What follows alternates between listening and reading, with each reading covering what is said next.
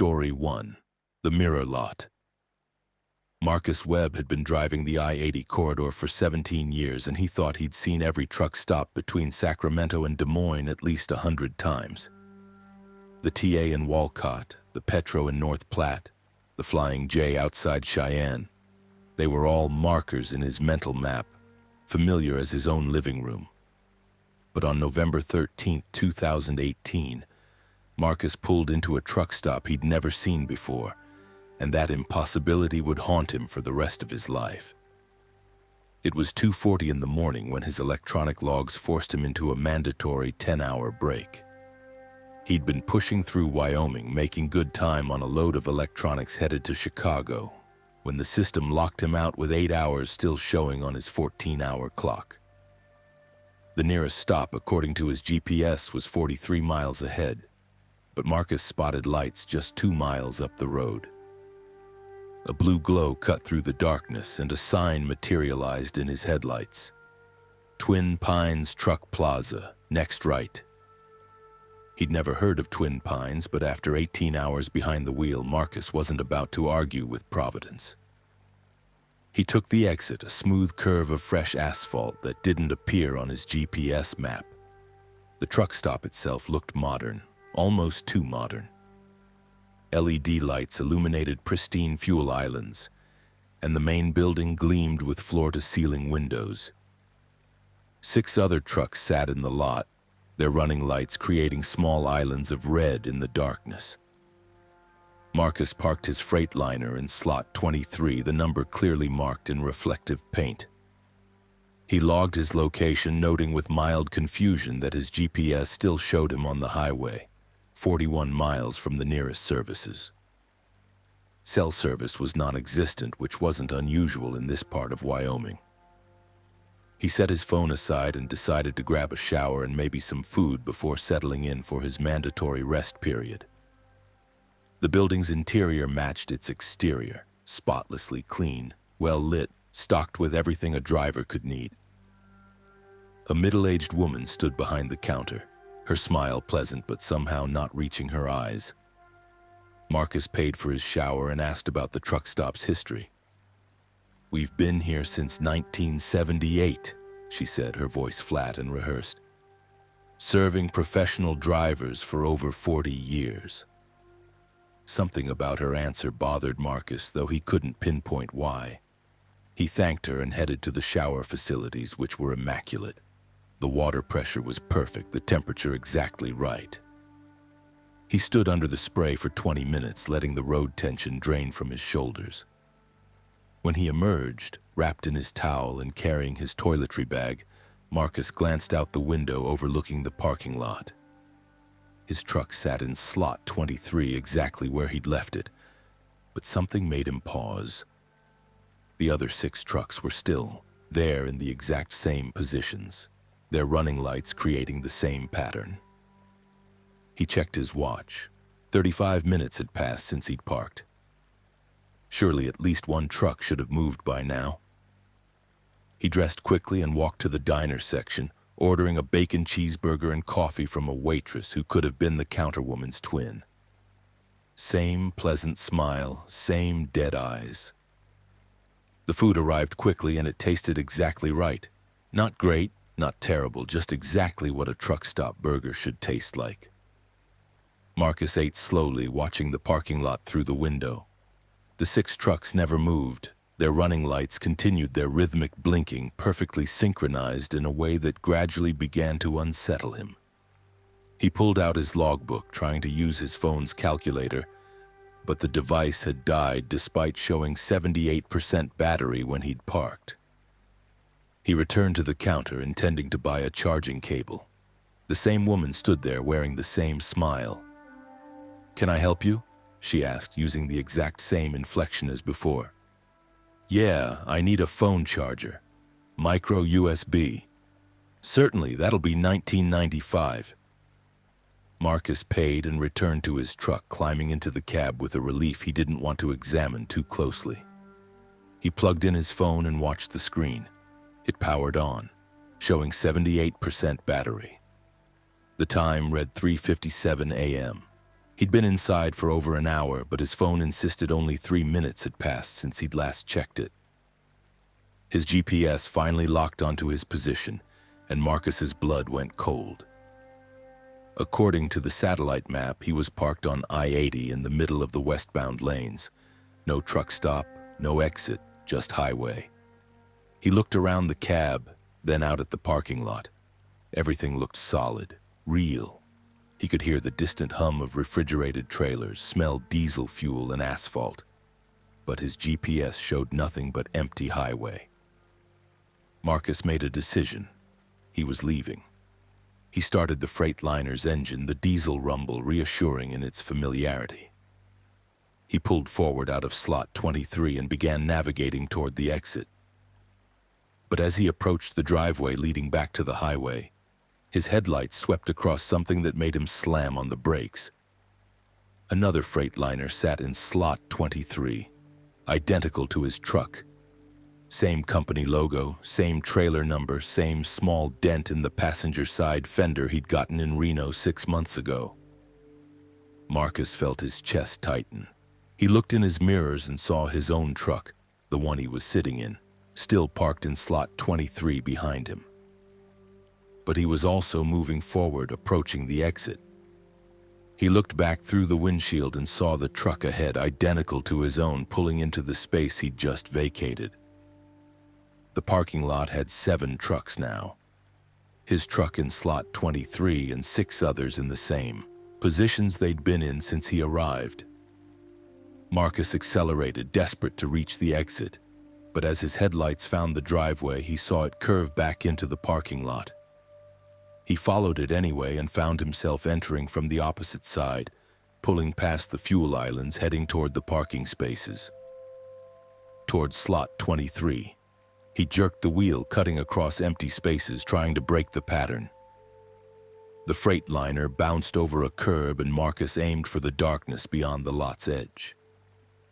His headlights revealed nothing but blackness, as if the world ended at the truck stop's boundary. He hesitated, foot hovering over the accelerator. Behind him, through his mirrors, he saw the parking lot. 7 trucks, including his own in slot 23. The building glowed with welcoming light. Through the windows, he could see the counterwoman standing in the same position, wearing the same smile. Marcus looked at the darkness ahead, then back at the lot. He made his choice and gunned the engine, plunging into the black. The transition felt like falling through ice water. His cab went dark, all electronics dying simultaneously. The engine stopped. For 3 heartbeats, Marcus existed in absolute silence and darkness. Then light flooded back. The engine roared to life. His GPS showed I-80 with no truck stop, no exit, nothing but highway. His phone displayed 4:03 a.m., and he was rolling westbound at 65 miles per hour, as if he'd never stopped. Marcus pulled onto the shoulder, his hands shaking too badly to continue driving. He checked his logs. They showed continuous driving for the past 4 hours with no stop recorded. But his fuel gauge read a quarter tank lower than it should have. His shower supplies were damp, and his phone showed a 1995 charge from Twin Pines TP on his banking app. He never found the truck stop again, though he drove that stretch of I-80 dozens of times in the following years. But sometimes, late at night, when exhaustion made his eyes heavy and the white lines blurred together, Marcus would see a blue glow in the distance. And he'd drive past no matter how badly he needed rest, because he knew that some stops don't let you leave. They just make you think you did, while your reflection stays behind, parking in slot 23 over and over forever. The worst part came 6 months later when Marcus met another driver at a rest area in Nebraska. The man mentioned a buddy who disappeared on I-80 in Wyoming, truck and all, back in 2018. November 13th specifically. Last known contact was a credit card charge at a place called Twin Pines Truck Plaza. Marcus didn't tell him that he'd been there. He didn't mention the 6 other trucks or wonder which slot that missing driver occupied. He just climbed back into his Freightliner, checked that his GPS showed his real position, and drove away from the rest area as fast as traffic would allow. Because sometimes the scariest thing isn't wondering if you escaped, it's wondering if the version of you that's driving home is the real one, or just another reflection that managed to make it through the mirror. Story 2. The Backwards Mile. Rachel Kowalski drove a dedicated route between Portland and Boise 5 days a week, 50 weeks a year. In her 9 years of professional driving, she'd memorized every curve, every grade, every landmark on US 26. She knew where the wind hit hardest coming down from Mount Hood, which rest areas had the cleanest facilities, and exactly where cell service dropped out in the Warm Springs Reservation. The route was as familiar as breathing, which made what happened on February 7, 2019 all the more impossible to accept. She was eastbound, 40 miles past government camp, making her usual evening run. The digital clock on her dashboard showed 7:32 p.m.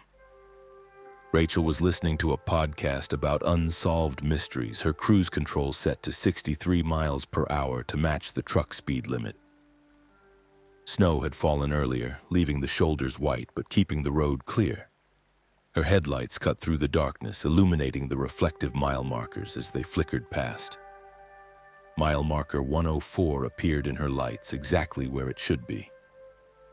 Rachel had passed this marker thousands of times. She knew that marker 105 would appear in exactly 1 minute at her current speed, followed by a slight curve to the right and a scenic overlook that was invisible in the darkness but always made her think of summer trips with her daughter. But when the next marker appeared, it read 103. Rachel blinked, certain she'd misread it. She was traveling east, heading upward through the numerical markers. They should be increasing, not decreasing. She watched for the next marker, paying close attention now, her podcast forgotten. Mile marker 102. Her speedometer showed 63 miles per hour. The road unreeled ahead of her, painted line after painted line disappearing under her hood. She was moving forward. She could feel the truck's momentum, see the distance closing between her position and objects ahead. But the mile markers were counting backward. Rachel checked her mirrors. No one behind her, no headlights approaching from ahead. She was alone on this stretch, which wasn't unusual for a Wednesday evening in February. She grabbed her phone, intending to call her dispatcher, but the screen showed no service. Also not unusual in this area. Mile marker 101 appeared, then 100, 99, 98. She was definitely moving forward. Her GPS showed her position tracking along US 26, the little arrow pointing east moving across the map. But the GPS position was moving backward, tracking toward Warm Springs instead of Madras. And the mile markers confirmed it. She was somehow traveling the wrong direction while moving forward. Rachel eased off the accelerator, letting her speed drop to 50. The markers continued their backward count, 97, 96. She pressed the brake, slowing to 40, 95, 94. She brought the truck to a complete stop in the middle of the eastbound lane. It was dangerous, stupid even, but she needed to understand what was happening. The truck sat motionless, engine idling, flashers blinking. Through her windshield, she could see the road ahead, dark and empty. Behind her, through the mirrors, more empty highway. Then mile marker 93 appeared in her headlights. Rachel wasn't moving, but the marker had been farther away and was now closer, as if the road itself was moving while she stayed still. She watched in growing horror as marker 92 materialized from the darkness ahead, sliding toward her despite her motionless truck. She accelerated hard, trying to outrun whatever impossible thing was happening. The Kenworth lurched forward, but the mile markers continued counting backward, faster now. 91, 90, 89, each marker appearing and passing in rapid succession, as if she was racing backward along the highway at tremendous speed, even though every physical sensation told her she was driving forward. Her GPS went haywire, the little arrow spinning in circles before freezing. The map displayed an error message, position unknown. Rachel's podcast had stopped, replaced by static that pulsed in rhythm with her flashers. She tried the CB radio, keying the mic. "This is Rachel Kowalski, eastbound on 26. Anyone reading?" A voice answered immediately, crisp and clear despite the lack of cell service. "We read you, Rachel, mile marker 86. She hadn't given her location. "Who is this?"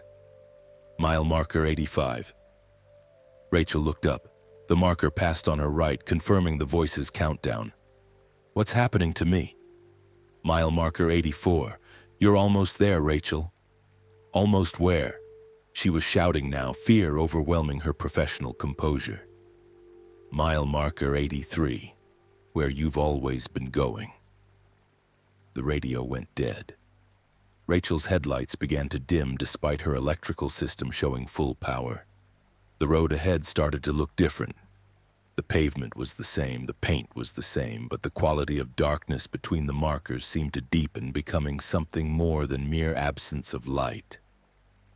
Mile marker 82, 81, 80. Rachel made a decision. She couldn't keep going forward if forward meant backward. She cranked the wheel hard, initiating a jackknife turn that would spin her around. The trailer began to slide, and she worked the brakes and throttle with 9 years of experience controlling the spin. The truck rotated 180 degrees. Now she faced west, toward Portland, toward home. Her headlights illuminated the road she'd just traveled. Mile marker 79 appeared ahead of her. She was facing the opposite direction, but the markers continued counting backward. Rachel felt something break inside her mind, some fundamental assumption about how reality worked. She was going backward no matter which direction she drove. She stopped the truck again, hands gripping the wheel so hard her knuckles went white. "Think," she commanded herself. "Think like a professional." There has to be a logical explanation, but there wasn't. The road was eating her position, consuming the distance she'd traveled.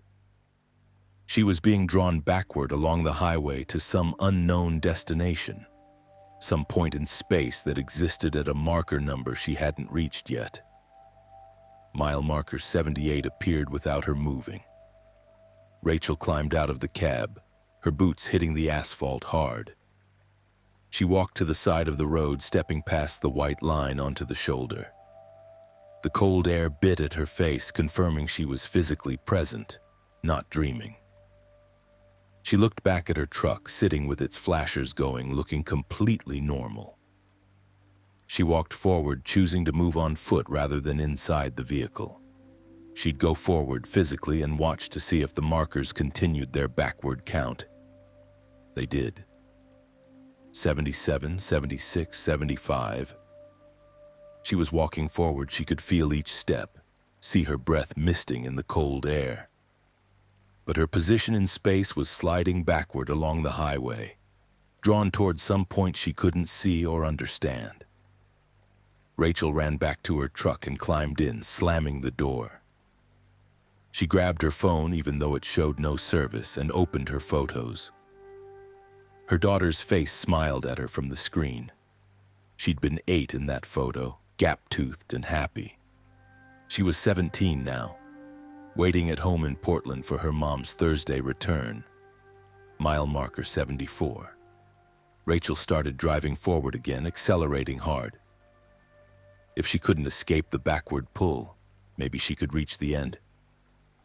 Maybe whatever waited at the terminus of this impossible journey would provide answers, or at least an ending. The markers accelerated their countdown. 73, 72, 71. She pushed the Kenworth to 75 miles per hour, racing forward, watching the numbers fall. 69, 65, 60. The deep darkness between markers grew more pronounced, and Rachel began to see shapes in it. Not hallucinations. She'd driven tired enough before to know what highway hypnosis looked like. These were solid forms, structures that existed in the darkness beside the road, buildings that shouldn't be there. Exit signs for towns she'd never heard of. 55, 50, 45. A rest area appeared on her right, brightly lit.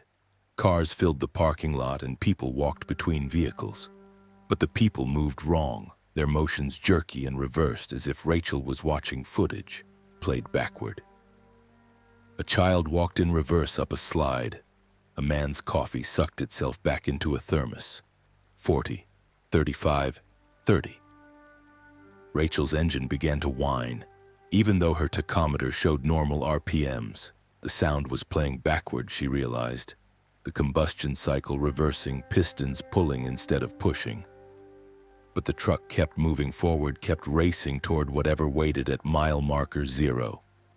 25, 20, 15. The shapes in the darkness solidified into a landscape that Rachel recognized but couldn't place. Hills she'd driven past before, but they were on her left when they should be on her right. A bridge she knew spanned a river 40 miles back, but it stood ahead of her now. The geography was folding, compressing, bringing distant points together. 10, 9, 8. Rachel saw headlights ahead, approaching from the distance. Another truck traveling westbound in the eastbound lane, heading directly toward her. She started to brake, but realized the approaching truck looked familiar. Very familiar. 7, 6, 5. It was her Kenworth. Same company logo, same trailer number, same small crack in the windshield. Rachel saw herself in the driver's seat, eyes wide with terror, accelerating hard toward her current position. 4, 3, 2. The two trucks met at mile marker 1, passing through each other like ghosts. Rachel felt a sensation of intense cold, and then she was through. Mile marker 0 appeared ahead, standing alone in absolute darkness. No road beyond it, just the marker illuminated by her headlights, standing in empty space. She hit the marker, doing 80 miles per hour.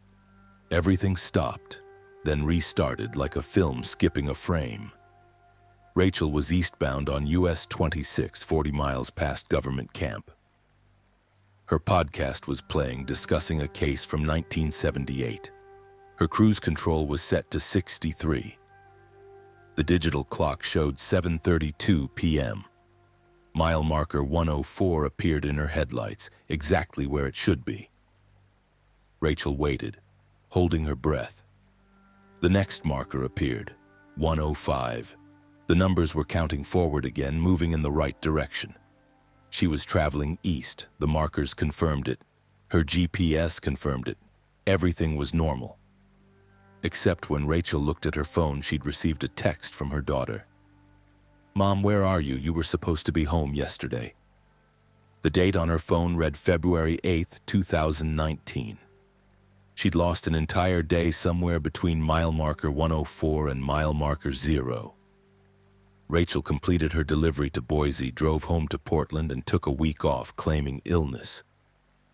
She still drives the Portland-Boise route 5 days a week, but she's never comfortable passing mile marker 104 eastbound at 7:32 p.m. Because sometimes, just at the edge of her headlights, she sees marker 103 where 105 should be, and she wonders if she's driving the right direction on the right road, or if she's still somewhere between 104 and 0, traveling backward through a mile that never ends. Story 3. The Station That Remembers. Daniel Park had driven for Swift Transportation for 12 years, and he prided himself on his professionalism. Clean dot inspections, perfect safety record, never a late delivery. He was the kind of driver companies loved. Reliable, methodical, and utterly unremarkable, which made his experience at the Last Chance Travel Plaza in New Mexico all the more disturbing, because Daniel was not the kind of man who believed in impossible things. The date was April 23, 2020, and Daniel was northbound on I-25. hauling a load of automotive parts from El Paso to Denver. It was 11:15 p.m. when his low fuel warning lit up. He'd planned to stop in Truth or Consequences, but the town appeared to be locked down tight.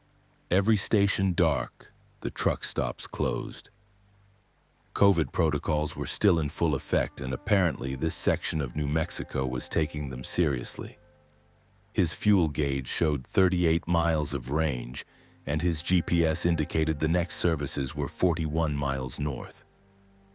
Daniel felt the familiar tension of cutting it too close, but before he could decide whether to risk it or call for a fuel delivery, he saw lights ahead. A truck stop materialized from the darkness, its sign reading Last Chance Travel Plaza, open 24/7. He'd driven this route 100 times and never seen this place, but Daniel wasn't about to question good fortune. He took the exit, pulled up to the diesel pumps, and began fueling. The station looked old, perhaps 70s or 80s construction, but well-maintained. The building itself was larger than expected, with a diner section visible through broad windows. As the pump ran, Daniel noticed another peculiarity. Every vehicle at the truck stop was at least 20 years old. Not classic cars. These weren't maintained antiques. They were just old vehicles. Trucks from the late 90s, sedans from the early 2000s. No modern cars, nothing newer than 2010. The pump clicked off at 187 gallons. Daniel swiped his card at the reader, and the screen displayed an error message. Card type not recognized. He tried again with the same result, then tried his corporate fuel card. Same error. Frustrated, Daniel secured his tank and walked inside to pay. A man in his 60s stood behind the counter wearing a shirt with a name tag that read Carl. He smiled pleasantly as Daniel approached. "Pump 6, right?" Carl asked before Daniel could speak. "Yeah. How'd you know?" "I've got a good memory for details."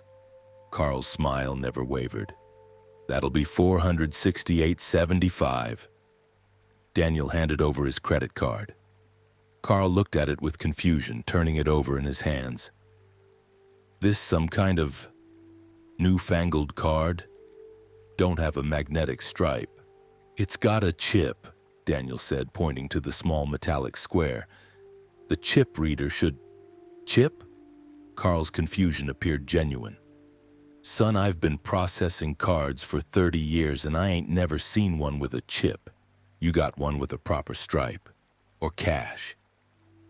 Daniel pulled out a 20 from his wallet, intending to show that his cash was real, hoping it would convince Carl his card was legitimate too. But when he looked at the bill, his stomach dropped. The date under the Treasury seal read Series 2019. The current year was 2020, and while Daniel wasn't an expert on currency, he knew that bills had dates. Carl took the 20, examined it under a light, and frowned. "This ain't right. The printing's all wrong. The colors, the size of the font, you trying to pass funny money?" "It's not fake," Daniel said, alarm creeping into his voice. "Look, I've got my phone. I can show you my banking app." He pulled out his iPhone. Carl stared at it like Daniel had produced an alien artifact. "That's not a phone. Where's the keypad? The antenna?" Daniel's hand was shaking now. He powered on the device, and Carl watched the Apple logo appear with visible skepticism. When the screen lit up showing Daniel's apps, his background photo, the time and date, Carl stepped back. "What kind of screen is that? That's not possible. Nobody's got computer screens that clear and thin."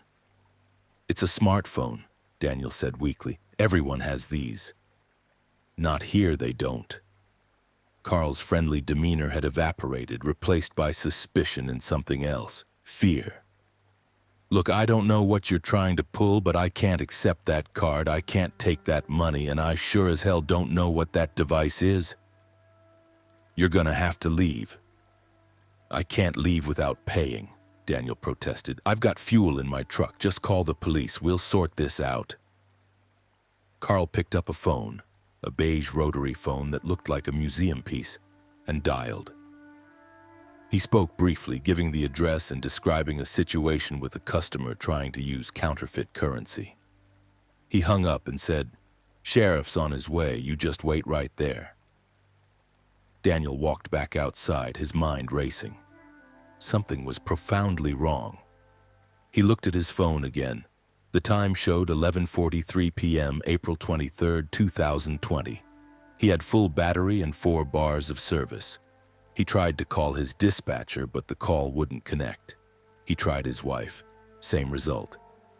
The phone showed it was dialing, but no ring, no connection. He opened his browser and searched for Last Chance Travel Plaza, New Mexico. No results. He searched for the location by GPS coordinates. Nothing. According to the internet, this place didn't exist.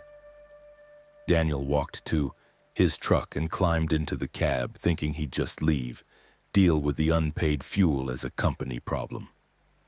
But when he turned the key, nothing happened. The engine didn't crank, the dashboard didn't light up. His truck was completely dead. He tried again. Nothing. The Freightliner might as well have been a 3-dimensional photograph. He checked the battery terminals, checked the connections, checked everything he could reach from the cab. Everything looked perfect, but the truck was utterly inert. A police car pulled into the lot and Daniel felt a wave of relief. Finally, someone who could help sort out this confusion. The patrol car was a late 90s Crown Victoria, painted in a beige and brown scheme he didn't recognize. The sheriff who emerged was middle-aged, heavy-set, with a thick mustache and a wary expression. "Evening," the sheriff said, his hand resting casually on his service weapon. "Carl says you tried to pass some questionable payment. Want to explain yourself?" Daniel tried. He explained about his credit cards with chips, about his smartphone, about his truck being from 2018 with modern electronics. The sheriff listened with increasing skepticism, occasionally glancing at Daniel's phone with the kind of expression usually reserved for obvious con artists.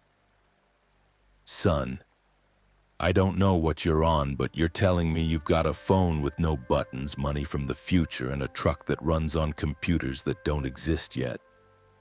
That sound reasonable to you?" "What's today's date?" Daniel asked suddenly. "April 23rd, the sheriff replied. "What year?" The sheriff's eyes narrowed. 2000. Daniel felt the world tilt. 2000 what? Just 2000. Year 2000, April 23rd, 2000. That was 20 years ago, Daniel whispered. The sheriff's hand tightened on his weapon. "That's it. You're either on drugs or having some kind of mental episode. Either way, you're coming with me to dry out and get checked by a doctor." "Wait," Daniel said, an idea forming. "Check your own phone. What year does it say?" The sheriff pulled out a flip phone, opened it, and checked the screen. "Says April 23rd, 2000. Same as my watch, same as the calendar in my car, same as reality." Daniel looked around the truck stop, seeing it differently now. Every vehicle was from 2000 or earlier. Every design choice, every advertisement visible through the windows, every style and fashion on the few visible people, all from 2000 or before. "I've traveled back in time," Daniel said, mostly to himself. "That's it. We're done talking." The sheriff reached for Daniel's arm, but before he could grab him, Daniel's phone buzzed. A notification had appeared. "GPS signal acquired." He looked at the screen and saw his mapping app had finally connected. His location showed I-25 in New Mexico, but the date on the map had changed. It showed April 23rd, 2000. "How is your phone working?" the sheriff asked, fear finally replacing skepticism. "There's no cell towers that can talk to something like that. Hell, cell phones barely work out here with regular equipment." Daniel didn't answer. He was staring at his truck, thinking. If he was somehow in the year 2000, then his truck didn't exist yet. It was assembled in 2018 with technology that wouldn't be invented for nearly 2 decades. No wonder it wouldn't start. It was impossible. But if the truck was impossible, how had he driven it here? The answer came with horrifying clarity. He hadn't. The truck had stopped working the moment he'd left the present and entered whatever this place was. "I need to leave," Daniel said, "right now." "You ain't going nowhere until we—" Daniel ran. He sprinted toward the highway, leaving the sheriff shouting behind him. He reached I-25 and looked both ways. Traffic was sparse, and every vehicle that passed was at least 20 years old. He stood on the shoulder, watching a world that shouldn't exist, trying to figure out how to return to his own time. Then he noticed something. About 100 yards north, the highway seemed to shimmer like heat waves on summer asphalt. But it was 50 degrees outside, and the shimmer was localized to a specific point. Daniel started walking toward it, then running. Behind him, the sheriff had reached his patrol car and was starting to pursue. But Daniel didn't stop. He ran toward the shimmer, toward the place where the air looked wrong, where perhaps the barrier between times was thinnest. He reached the spot and felt it immediately. A change in air pressure, a subtle shift in the quality of light. He took another step, crossing an invisible threshold. The world flickered, and Daniel was standing on the shoulder of I-25 in full daylight, cars racing past him at normal highway speeds. Modern cars, 2020-era vehicles with LED headlights and contemporary styling. He looked at his phone. April 24th, 2020, 6:15 a.m. He'd lost 7 hours. Daniel walked back along the shoulder, searching for his truck. He found it half a mile south, parked neatly on the side of the road with its flashers going. The engine started normally. His fuel gauge showed full. According to his electronic logs, he'd taken a 10-hour break at a rest area in Truth or Consequences. But his fuel card showed a charge for 187 gallons at 11:17 p.m. the previous night, purchased at Last Chance Travel Plaza. The charge had been declined due to an error, but it was there in his transaction history. Daniel tried to find the truck stop again, driving that section of I-25 dozens of times over the following months.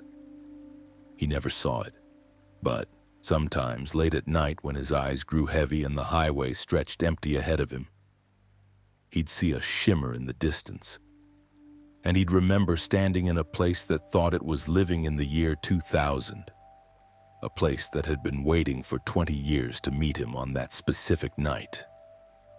The part that terrified him most came 3 weeks later when he found an online forum for truck drivers discussing strange experiences. One post, dated April 25th, 2000, described a driver who'd stopped at a place called Last Chance Travel Plaza and met a crazy man claiming to be from the future. The poster had been the clerk that night. His name was Carl. He'd passed away in 2015 according to his obituary. But somehow Daniel had met him in 2020 in a version of 2000 that still existed somewhere just off I-25, waiting for impossible travelers with impossible phones and impossible money. And Carl remembered Daniel, had been remembering him for 20 years before they met, because some places don't follow time's rules. Some places remember futures that haven't happened yet and pasts that are still occurring. Daniel still drives, but he's lost his reputation for reliability.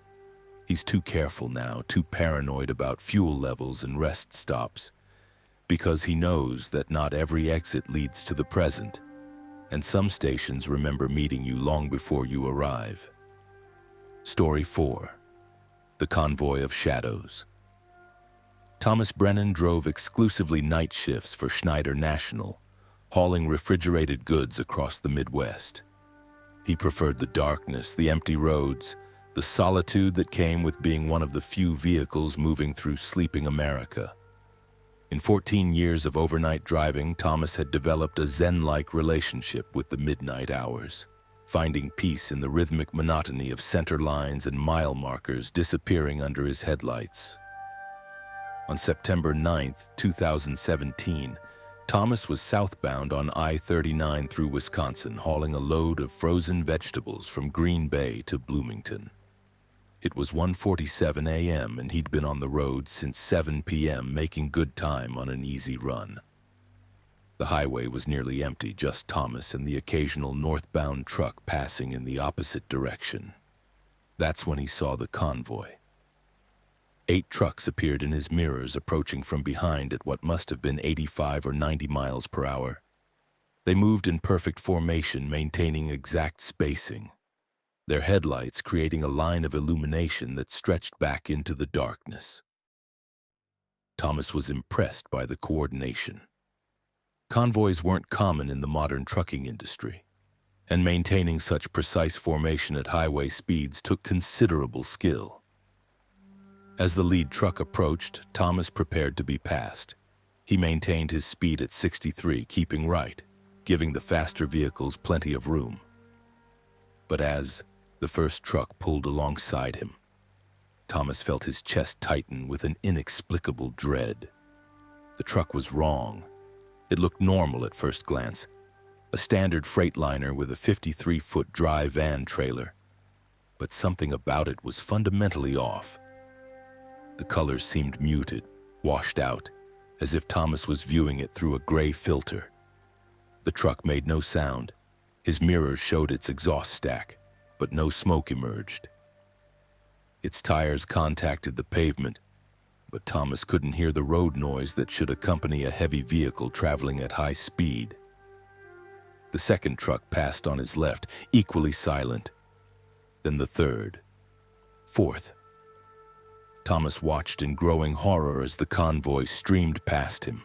8 trucks moving in absolute silence, their headlights casting light that somehow seemed dimmer than normal, less substantial. He looked at the cab of the 5th truck as it drew level with his position. A driver sat behind the wheel, visible in profile. The man's face was expressionless, eyes fixed forward, hands at 10 and 2 on the steering wheel. He never glanced at Thomas, never acknowledged his presence. The 6th truck passed, then the 7th. Thomas noticed that all the trailers were identical. Same length, same height, same style. But none of them bore any company logos, DOT numbers, or identifying information. They were completely blank, just white rectangles rolling through the night. The 8th and final truck pulled alongside Thomas's cab. This driver did look at him. The man's head turned slowly, mechanically, until he was staring directly at Thomas through their respective windows. His face was pale, almost translucent, and his eyes were entirely black.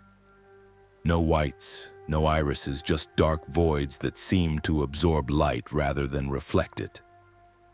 The driver smiled, his mouth opened too wide, revealing teeth that were too numerous and too sharp. Then he pointed forward, a slow, deliberate gesture before his truck accelerated past Thomas and rejoined the convoy. All 8 trucks pulled back into the right lane ahead of Thomas, reforming their perfect spacing. He watched them roll away, silent and strange, their taillights creating 8 pairs of red stars in the darkness ahead.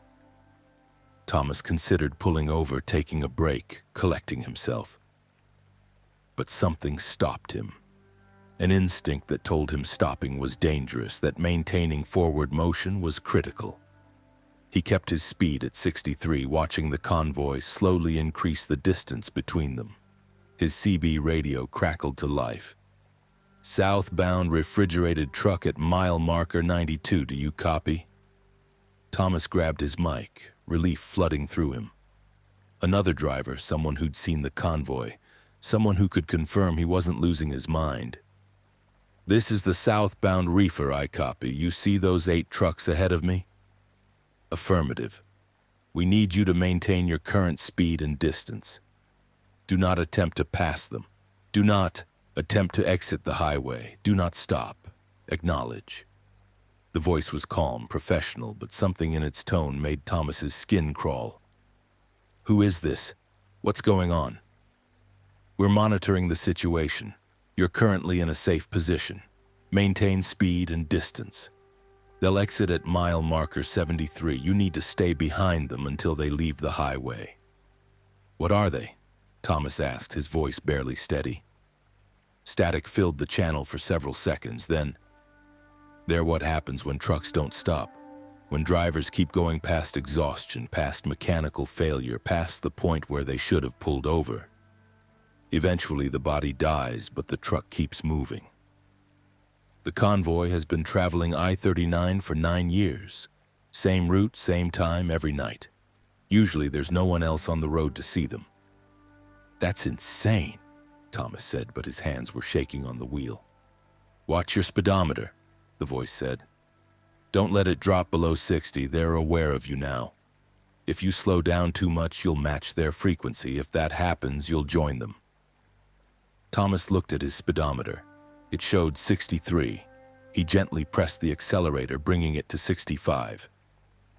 The dashboard lights flickered briefly, and he thought he heard something, a whisper of sound, like distant voices calling his name.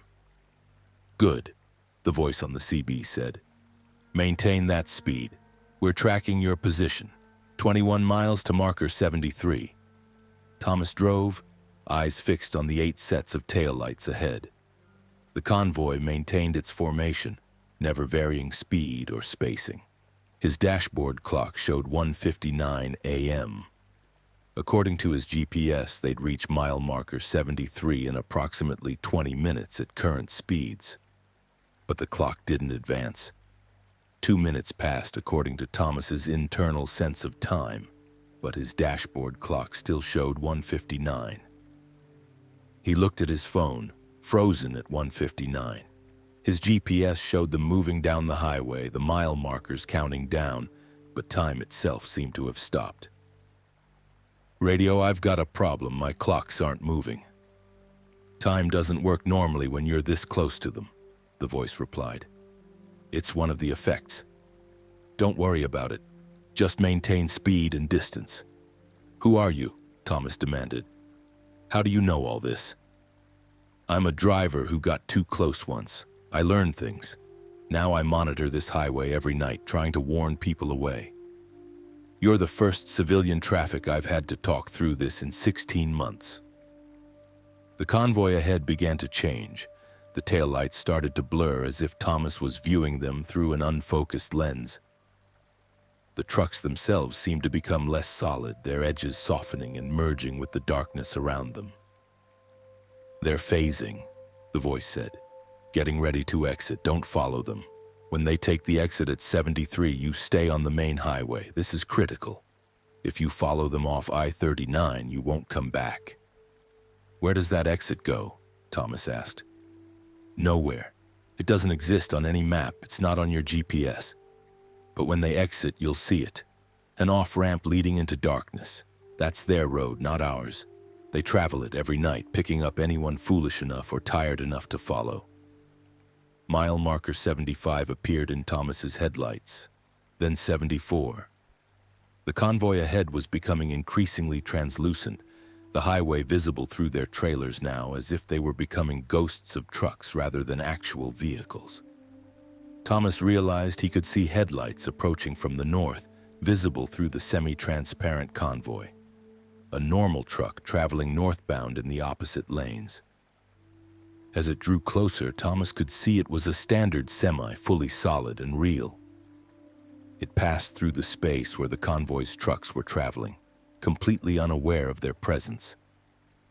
They existed in different layers of reality now, Thomas understood. The convoy was sliding out of the normal world, retreating into whatever strange dimension they inhabited between their endless routes. Mile marker 73 appeared ahead. The convoy slowed and Thomas eased off his accelerator, maintaining distance while dropping his speed to 45. The lead truck activated its turn signal, the first sound Thomas had heard from any of them, a clicking that seemed to echo from far away, distorted and hollow. An exit ramp appeared that shouldn't exist. Thomas had driven this stretch of I-39 hundreds of times. There was no exit at mile marker 73, but there it was. a dark ribbon of asphalt curving away into absolute blackness with no lights, no signs, no indication of where it led. The convoy took the exit in perfect formation, 8 trucks disappearing down the impossible ramp one after another. Thomas watched them go, fighting a terrible urge to follow. Part of his mind, the exhausted, road-hypnotized part, wanted to join them, to become part of that silent formation, to drive forever in perfect coordination with other vehicles. "Don't," the voice on the CB said, as if reading his thoughts. "Keep going south. You're almost clear." The last truck descended the ramp, its taillights growing fainter. Thomas saw the driver in that final cab turn his head one more time, those black eyes finding Thomas through the windows. The too wide mouth opened in that terrible smile. Then the truck was gone, and the exit ramp faded like morning mist, leaving only normal highway behind. Thomas's dashboard clock jumped forward, suddenly reading 2:19 a.m. 20 minutes had passed in what felt like an instant. His phone reconnected to the network, notifications pinging as messages arrived. His GPS showed his position on I-39 with no exit visible at mile marker 73. "You did good," the voice on the CB said. "Most people panic. You stayed calm, followed instructions. You're going to be fine." "What happened to the drivers?" Thomas asked. "The original drivers of those trucks?" "They drove until they couldn't anymore. Some fell asleep at the wheel, some had medical emergencies. Some just pushed through one too many shifts without proper rest. But their trucks kept moving even after they died, because the road doesn't care if you're alive or dead. It only cares that you keep going." "How many convoys are there?" "I know of 7, on different highways across the country. I-39 has one. I-80 has 2. I-40 has one. There are probably others I haven't found yet. They run the same routes every night, eternal shipments to nowhere, driven by corpses that don't know they're dead." Thomas drove in silence for several miles, processing what he'd experienced. Finally, he asked, "Why tell me all this? Why not just let me think it was a hallucination?" "Because you need to be careful now. They saw you. That driver in the last truck, he marked you. You're on their radar. If you drive this route again at the same time, they'll be looking for you. If you're tired enough, distracted enough, if you're in the right vulnerable state, they'll pull you into their convoy. You'll wake up behind the wheel of a silent truck traveling in perfect formation, and you won't be able to stop. You'll drive until your body gives out, and then you'll keep driving anyway." "So what do I do?" "Avoid this highway between midnight and 3 a.m. If you have to drive it, make sure you're well-rested, alert, focused. Don't let your mind wander. Don't fall into highway hypnosis. And if you see them again, don't make eye contact with the drivers. Don't acknowledge them. Just maintain your speed and stay out of their way." "Who are you?" Thomas asked again. "What's your name?" "Doesn't matter. I'm just another driver trying to keep people safe." "Good luck southbound. Keep the rubber side down." The CB went silent. Thomas tried calling back, but no one answered. He continued south to Bloomington, completed his delivery, and returned to Green Bay by a different route.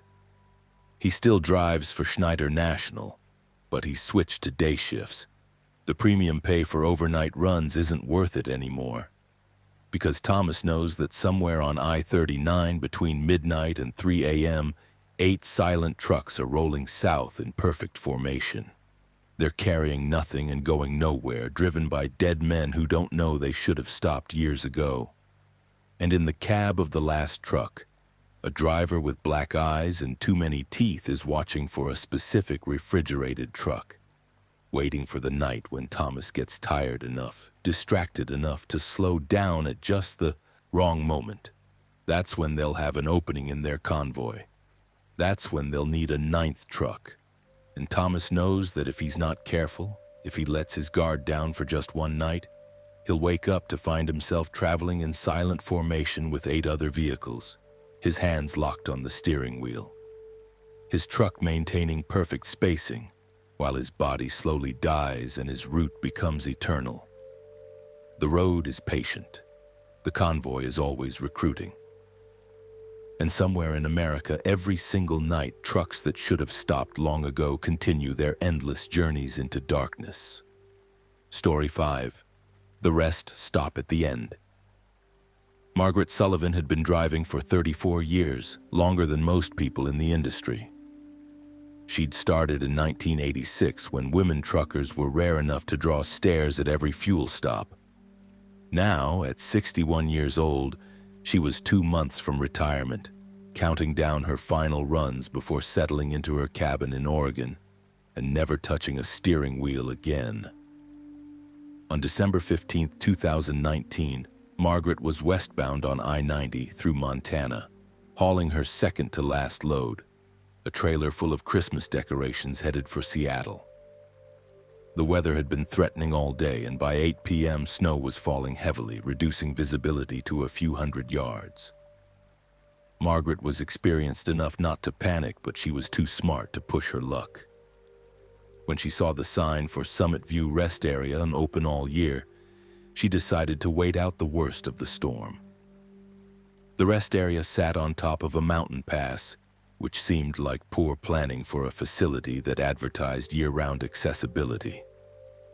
But Margaret had long since stopped questioning the logic of highway planners.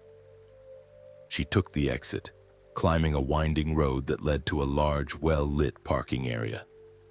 The facility was impressive, a modern building with large windows, several rows of parking spaces for both automobiles and commercial vehicles, and bright LED lighting that cut through the falling snow. 3 other trucks sat in the commercial section, their running lights glowing warmly. Margaret parked her Peterbilt in an open space, secured her cargo, and decided to stretch her legs before settling in for a few hours of rest. Inside, the rest area was immaculate. Clean restrooms, a small convenience area with vending machines, and a large common room with comfortable seating and large windows overlooking the valley below. 2 other drivers sat in the common room, a young man, maybe 30, and an older woman who looked to be in her 70s.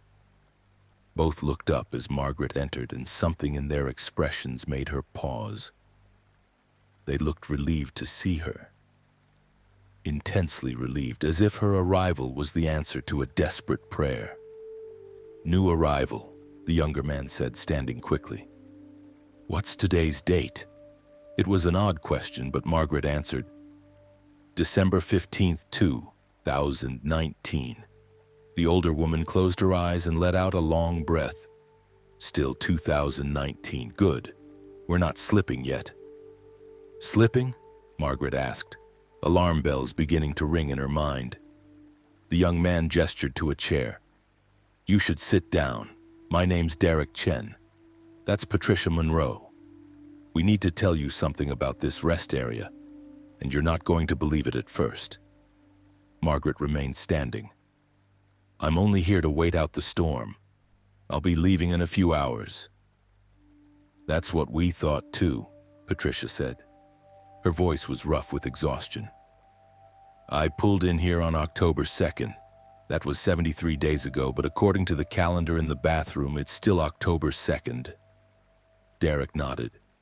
"I arrived November 20th. It's been 25 days for me subjectively, but out there," he pointed at the windows, "it's still November 20th. The clock shows 6:15 p.m. It showed that when I arrived, and it's shown that every single day since." Margaret walked to the windows and looked out. The storm continued, snow falling at a steady rate. But now that Derek had mentioned it, she realized the snow looked strange. Individual flakes hung in the air too long, as if gravity was weaker than it should be. The wind moved in repeating patterns, the same gusts cycling through the same motions every few minutes. "This is ridiculous," Margaret said, but her certainty was already cracking. "Time doesn't stop. It's a mechanical clock malfunction, and you're both experiencing some kind of shared delusion." "Check your phone," Patricia said quietly. Margaret pulled out her device. The time showed 8:37 p.m., December 15th. She watched the seconds tick normally. Then she walked to the clock on the wall, an old-fashioned analog clock with hands that swept smoothly around its face. It showed 6:15. She watched it for a full minute. The second hand moved, completing its circuit. The minute hand stayed locked on the 3. "The building doesn't experience time normally," Derek explained. "Our phones and watches work because they're independent systems, but the building is frozen at a specific moment. For Patricia, that moment is 6:15 p.m. on October 2nd. For me, it's 6:15 on November 20th. And now, for you." "Check the calendar in the bathroom," Patricia interrupted. "Go ahead." Margaret walked to the restroom, her stomach knotting. Inside, hanging next to the mirror, was one of those paper calendar pages that showed a single day. The page read December 15th, 2019 in large print, but underneath in smaller text it showed Day 1 for Margaret Sullivan. She rushed back to the common room. "How does it know my name?" "It knows everything about us," Derek said. "Check your truck. Go look at it." Margaret practically ran to the exit. She burst through the doors into the cold night air and saw her Peterbilt sitting where she'd left it. She climbed into the cab and checked the electronic logs. They showed her parked at Summit View Rest Area. Elapsed time: 4 minutes. But when she looked at her phone, 23 minutes had passed since she'd pulled into the parking lot. She returned to the building where Patricia and Derek were waiting. "What is this place?" Margaret asked, her voice shaking. "We don't know," Patricia admitted. "But we've figured out some rules. Time inside the building moves slowly, about 1 minute per hour. Outside in our trucks, time doesn't move at all. Our electronic logs, our refrigeration units, everything is frozen at the moment we arrived. But we're aging normally. We're experiencing every hour of every day." "So you're saying you've been here for 73 days? Margaret looked at Patricia. "Why do you look fine? You should be starving, or—" "We don't get hungry," Derek said. "We don't get tired. We can eat from the vending machines, but we don't need to.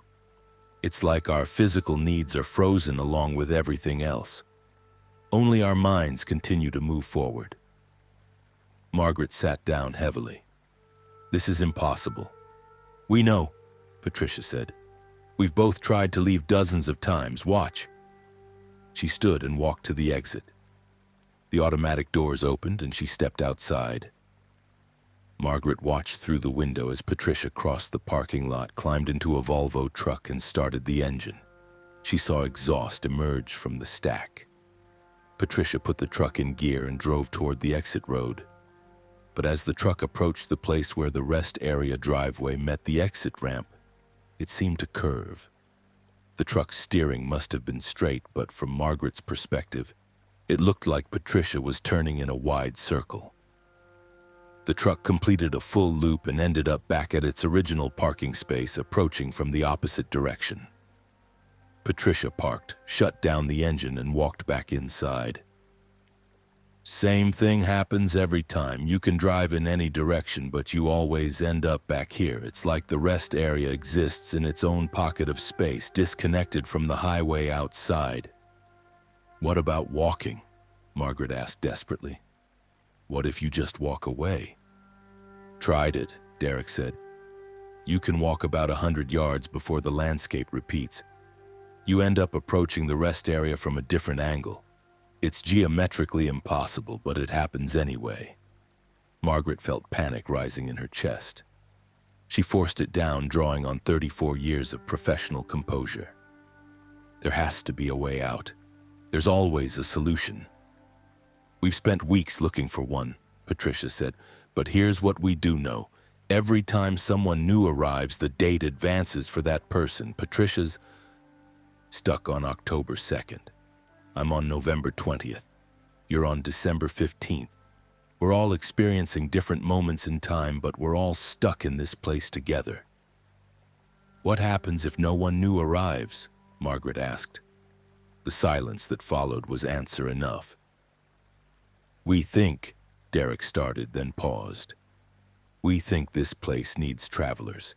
It needs people to arrive and get stuck. If no one new comes, if we're the last ones, then maybe we start to experience the same thing the building does. Maybe our personal time starts to slow down until it stops completely. That's just speculation, Patricia said quickly. We don't know that. But Margaret could see the fear in both their eyes. They'd been alone together for weeks, watching the same frozen moment outside, waiting desperately for someone new to arrive and prove that time was still moving somewhere in the world. Margaret spent the next subjective week searching for escape routes. She tried everything her decades of experience could suggest. She looked for maintenance tunnels, for weaknesses in the building's structure, for any indication of how or why this place existed. She found nothing. The vending machines never emptied. She could take a candy bar, eat it, and the next time she looked, another candy bar would be in the same position. The lights never failed. The temperature remained constant. The snow outside continued its endless, repeating fall. On her 9th day, according to her phone and her internal sense of time, Margaret was sitting in the common room when Derek asked the question she'd been dreading. When are you supposed to retire? February 1st, Margaret said quietly. I've got a cabin in Oregon. My daughter and grandkids are nearby. I was going to spend my time gardening, maybe take up painting. I had plans. I was engaged, Derek said. Wedding was scheduled for June 22nd. My fiancé probably thinks I'm dead by now. Patricia didn't offer her story, but the pain in her eyes was enough. They sat in silence. 3 drivers trapped in an impossible rest area, experiencing time while time refused to move, watching the same moment repeat outside the windows like a stuck film loop. On Margaret's 14th day, something changed. They all felt it simultaneously. A shift in the air, a subtle alteration in the quality of light. They rushed to the windows and saw another truck pulling into the parking lot, a Kenworth hauling a livestock trailer. New arrival, Patricia breathed. Thank God. The driver who entered the building was a man in his 40s with a weathered face and suspicious eyes. His name was Robert, and he took the news about the rest area better than Margaret had, probably because 3 people telling the same impossible story was more convincing than 2. But Robert's arrival meant something else. Margaret checked her phone. It now showed December 15th, day 1, with the time slowly advancing. Her personal clock had reset when someone newer arrived. Do you understand what this means? Derek asked quietly, pulling Margaret aside. You've moved up in the queue. Patricia's the oldest, stuck on October 2nd. I'm next on November 20th. You were December 15th. But now Robert's here and he's the newest. If someone else arrives, you'll move up again. Eventually I'll be the oldest, Margaret finished. And my date will be the furthest back. What happens then? We don't know. Patricia's been the oldest the whole time she's been here. But if another month passes and she's still October 2nd while the rest of us advance, we think she might start to fade. Fade. Become part of the building, part of the frozen moment. We think that's what happened to whoever was here before Patricia. There's a truck in the lot that was here when she arrived. A Mack with Nebraska plates. No one's ever seen the driver. We think he's still here, but he's become part of the structure now. Part of the rest area itself. Margaret walked to the windows and looked at the Nebraska Mack. It sat silent and dark, covered in a thin layer of snow that never increased and never melted. She thought about the driver who'd parked there perhaps decades ago in real time, now trapped in the building's impossible geometry. His consciousness dissolved into the walls and windows and unchanging clocks. We have to keep hope alive, Patricia said, joining them at the window. New people keep arriving. That means time is still moving in the real world. That means there's still a chance we'll find a way out. But Margaret saw the desperation behind Patricia's words. She'd been here for 73 subjective days, stuck on October 2nd, watching November and December arrivals come and potentially leave her behind. How much longer before she became part of the structure? How much longer before her consciousness merged with the building and she became another ghost haunting the Summit View rest area? Margaret returned to her truck that night, or what passed for night since the view outside never changed from 6:15 p.m. She sat in her cab, looking at photos of her grandchildren on her phone. They were waiting for her in Oregon, expecting her for Christmas. She had 2 more runs to complete before retirement. She would never see them again. She understood that now. This rest area would be her last stop, the place where 34 years of professional driving came to an end. Not with a retirement party or a gold watch, but with a slow dissolution into impossible architecture. Her consciousness spread thin across frozen moments and looping storms. Unless someone found a way out, unless the pattern broke, unless whoever or whatever created this place made a mistake. Margaret made a decision. She was the newest experienced driver here. Patricia and Derek had been amateurs compared to her decades on the road. If anyone could find the flaw in this prison, it was her. She had 2 months before her retirement date, 2 months before the universe expected her to stop driving and settle into her cabin. Maybe that expectation, that fixed point in her future, was the key. Maybe the rest area couldn't hold someone past their scheduled retirement. It was a thin hope, barely a possibility.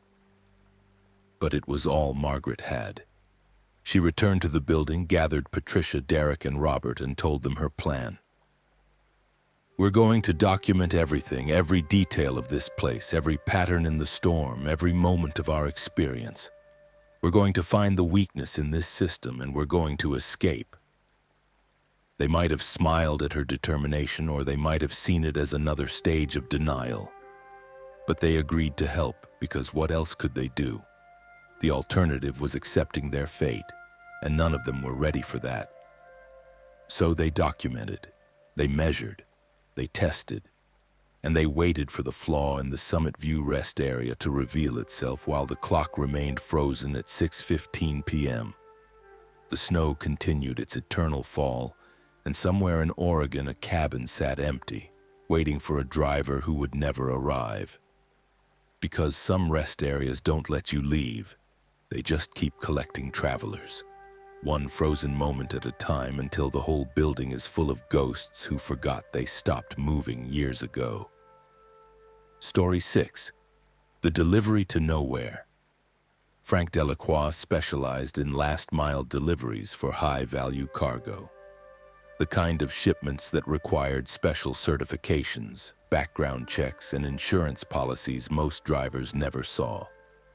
In his 23 years with the company, he delivered everything from experimental medications to aerospace components, always on time, always without incident. His reputation for reliability was why he received the assignment on August 4, 2021. A single crate, 60 cubic feet, destination classified, route provided via encrypted GPS unit. The client was listed only as Meridian Research Solutions. Frank's dispatcher had been unusually terse during the briefing. Follow the GPS exactly, don't deviate from the route, don't open the cargo, don't discuss this delivery with anyone. Payment is triple your usual rate. Triple rate meant Frank didn't ask questions. He picked up the crate from a warehouse outside of Albuquerque at 3 p.m. The crate was unmarked except for handling symbols and a serial number. It hummed faintly, a vibration he could feel through the trailer floor when he secured it with straps. The weight distribution felt off. The crate shifted in ways that didn't match its apparent mass, as if its center of gravity was moving internally. The encrypted GPS unit activated the moment Frank left the warehouse, showed a route that departed from all major highways after the first 50 miles, taking him onto progressively smaller roads until he was navigating 2-lane state routes through empty New Mexico desert. By 7 p.m., the GPS was directing him onto unmarked dirt roads that didn't appear on any map. Frank's unease grew with every mile. Professional discipline kept him following the route, but every instinct screamed that he was heading somewhere he shouldn't be. The landscape grew increasingly barren, the desert taking on a quality that seemed older than the surrounding terrain, as if this particular stretch of land had been forgotten by time itself. At 8:43 p.m., as the sun descended toward the horizon, Frank crested a rise and saw something impossible. A town sprawled in the valley below. Not a modern town. The architecture looked like something from the 1930s, maybe 40s. Single-story buildings with flat roofs, wide dirt streets, a water tower in the center. But the town glowed with electric light and vehicles were parked along the main street. From this distance, Frank couldn't make out details, but he could see movement, people going about their evening business. The GPS showed his destination, the town center marked with a red pin. Frank descended the slope, his truck raising dust on the unpaved road. As he approached the town's outskirts, details came into focus. The vehicles were period-appropriate, pickup trucks and sedans from the World War II era. The people in the streets wore clothing from the same period. Everything looked simultaneously authentic and staged, like a living history museum operating in the middle of nowhere. A man stood at what appeared to be the town's entrance, waving Frank forward. He wore a brown uniform, not military but something official, and held a clipboard. Frank stopped the truck and the man approached his window. "Frank Delacroix?" the man asked, consulting his clipboard. "That's right. I've got a delivery for Meridian Research Solutions. Expected and confirmed. Follow this road to the central plaza. You'll see the receiving building. It's marked." "What is this place?" Frank asked. The man's expression didn't change. "You're not authorized for that information. Complete your delivery and return via the route you arrived. Don't stop. Don't interact with residents. Don't take photographs. Acknowledgement required." It was clearly a rehearsed speech. Frank nodded, putting the truck in gear. He drove slowly through the town, acutely aware of people stopping to watch his passage. They didn't wave or show curiosity, they just watched, silent and still until he passed, then resumed their activities. The buildings looked genuinely old, not reproductions. Wear patterns on the wood, sun fading on the painted signs, the accumulation of decades visible in every surface. But the electric lights were modern LED, fixtures incongruously efficient and bright. The vehicles, viewed up close, had modern tires with contemporary tread patterns, though their bodies were vintage. The central plaza featured a large square building with loading docks. A sign read, "Receiving Station 7." Several people in white coveralls waited by an open dock door. Frank backed his trailer to the dock, set the brake, and climbed down from the cab. "Just the one crate?" a woman with a tablet asked. "Just one. 60 cubic feet secured with regulation straps." Humming slightly. "That's expected. We'll handle the unloading. You can wait in the driver's lounge." She pointed to a door marked with a coffee cup symbol. Frank wanted to refuse to watch his cargo being unloaded, as he did with all high-value shipments. But something about the woman's tone made it clear this wasn't a suggestion. He walked to the lounge, a small room with vintage furniture that looked authentically worn, and a coffee maker that was definitely modern. He poured coffee and tried to make sense of what he was seeing. The town was real. He was walking on real floors, breathing real air, drinking real coffee. But everything felt staged, performative, as if the entire settlement existed for purposes he couldn't understand. Through the lounge window, he watched the workers unload his crate. They used a forklift that looked vintage but moved with modern efficiency. The crate was taken inside the building, and Frank noticed something odd. As it passed through the doorway, the crate seemed to shimmer. its edges becoming temporarily indistinct as if it was passing through something more than just a physical threshold. The woman with the tablet entered the lounge. "All set, Mr. Delacroix. Your truck has been recertified for the return journey. Please depart immediately via your arrival route. Do not deviate. Do not stop until you're back on State Route 47. "What was in that crate?" Frank asked, unable to contain his curiosity. "Not authorized." Her smile was polite but absolutely final. Frank returned to his truck. The trailer was empty, the straps neatly coiled and hung on their hooks. His electronic log showed the delivery complete, time-stamped 8:59 p.m. He'd been in the town for 16 minutes. He started the engine and began the drive back through the settlement. The same people watched his passage with the same unsettling stillness. But as Frank looked more carefully, he noticed details that made his chest tighten. Several people stood in exactly the same positions they'd occupied during his arrival. Same postures, same orientation, as if they were mannequins rather than living humans. One woman stood in front of what appeared to be a general store. Frank had noticed her on his way in, middle-aged, wearing a blue dress, hands clasped in front of her. On his way out, she stood in the identical position. She hadn't moved in 16 minutes. Hadn't shifted her weight, adjusted her stance, or changed her expression. Frank accelerated slightly, eager to leave. But as he passed the last building on the town's edge, he saw something that made him hit the brakes. In the growing darkness, illuminated by his headlights, was a sign he hadn't seen on his way in. "Welcome to Meridian, established 1943, population variable." Population variable, not a number, not a range, but variable. Frank's mind raced. 1943, World War II, the Manhattan Project. Secret towns built in the desert for classified research. Los Alamos, Oak Ridge, Hanford. Hidden communities that officially didn't exist. But those towns were documented now, their secrets declassified. Meridian appeared on no maps and no histories. It was still hidden, still operational, still doing... What? What research required a secret town in 2021, 78 years after its establishment? And what had Frank delivered to it? He continued driving, following the GPS back along the dirt roads. Full darkness had fallen and his headlights created a tunnel of visibility through the desert night. The encrypted GPS showed his progress as a yellow line, with the route back to State Route 47 clearly marked. After 20 minutes of driving, Frank noticed something wrong. He was passing landmarks he'd seen on the way in, but they were appearing in the wrong order.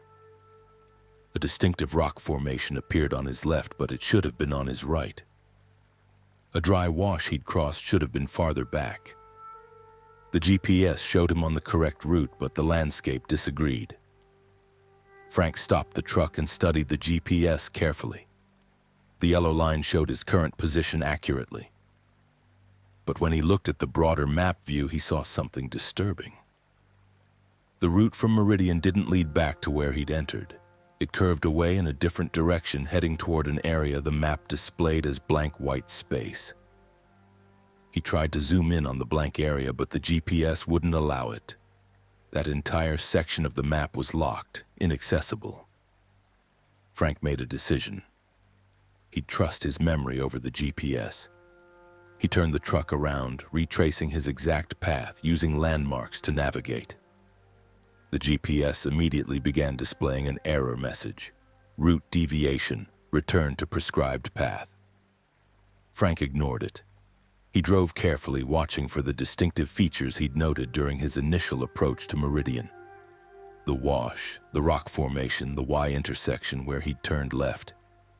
He found them all, confirming his memory. After 40 minutes, he crested the rise where he'd first seen the town. He stopped and looked back. The valley was empty. No lights, no buildings, no settlement. Just desert, dark and silent under the stars. Frank grabbed binoculars from his cab and scanned the valley carefully. No ruins, no foundations, no sign that any structure had ever existed there. The town had vanished completely, leaving no trace. He continued driving, his hands shaking slightly on the wheel. The GPS had gone completely dark, its screen blank. But Frank's memory served him well, and 2 hours later he reached State Route 47. The moment his tires touched the paved road, the encrypted GPS unit sparked, smoked, and died, the screen cracking from internal heat. Frank completed the drive to Albuquerque, returned the dead GPS unit to his dispatcher, and collected his payment. Triple rate, as promised, deposited electronically with no paperwork, no receipt, no record beyond the numbers in his account. He tried to find Meridian afterward. He studied satellite imagery of the area, looking for any sign of the town.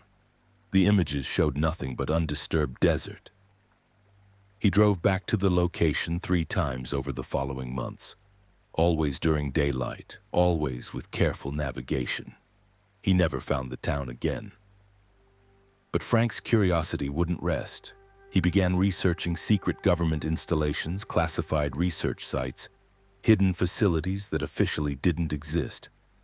He found references to programs with names like Project Greek Island, Raven Rock, Site R, Cold War installations built for continuity of government operations. And then he found a document partially declassified about something called the Meridian Protocol. Most of the text was redacted, but Frank could read enough to understand the basics. During World War II, the government had established secret research communities for classified projects. Some, like Los Alamos, eventually became public knowledge. But others, according to the document, were dimensionally isolated for operational security. Frank read that phrase a dozen times, trying to understand it. Dimensionally isolated. Not hidden, not underground, but isolated in some other sense. The document referenced temporal stability concerns and checkpoint consistency requirements. It noted that deliveries must follow prescribed routes to maintain phase lock coherence. Frank was no physicist, but the implications were clear enough. Meridian existed, but not entirely in normal space. It was offset somehow, accessible only via specific routes that maintained whatever field or effect kept it isolated. The town's vintage appearance wasn't historical reenactment. It was genuine, a piece of 1943 that had been cut from normal time and preserved in a bubble. The people Frank had seen might have been original residents, still living in their wartime town, still conducting whatever research had begun 78 years ago. Or they might have been something else.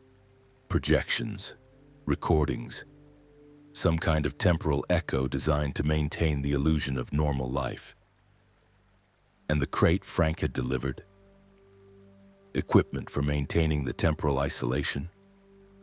Supplies for research that had been ongoing for 8 decades? Or something being sent backward through time, arriving in 1943 even though Frank delivered it in 2021. He never learned the answers. His security clearance was revoked 3 weeks after the delivery and his contract was terminated. The company paid him a generous severance package and made him sign a comprehensive non-disclosure agreement. Frank signed. He took the money, bought a small house in Colorado, and retired early. But sometimes he dreams about Meridian. In the dreams, he's driving through the town again, but this time he stops, gets out, and walks into one of the buildings. Inside, he finds rooms full of equipment he doesn't understand, displaying data about things that shouldn't be possible. He finds people working at desks, writing reports about experiments that violate the laws of physics. And in the center of the largest building, he finds another crate. 60 cubic feet, humming slightly with his own truck's company logo stenciled on its side. It's marked for delivery, destination listed as Meridian Research Solutions 1943. The crate contains all the deliveries Frank will ever make to Meridian, past, present, and future.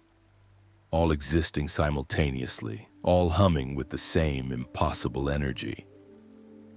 And standing next to the crate is Frank himself, wearing a brown uniform, holding a clipboard, waiting to guide the next truck driver to the receiving station. Because some deliveries don't end when you unload the cargo.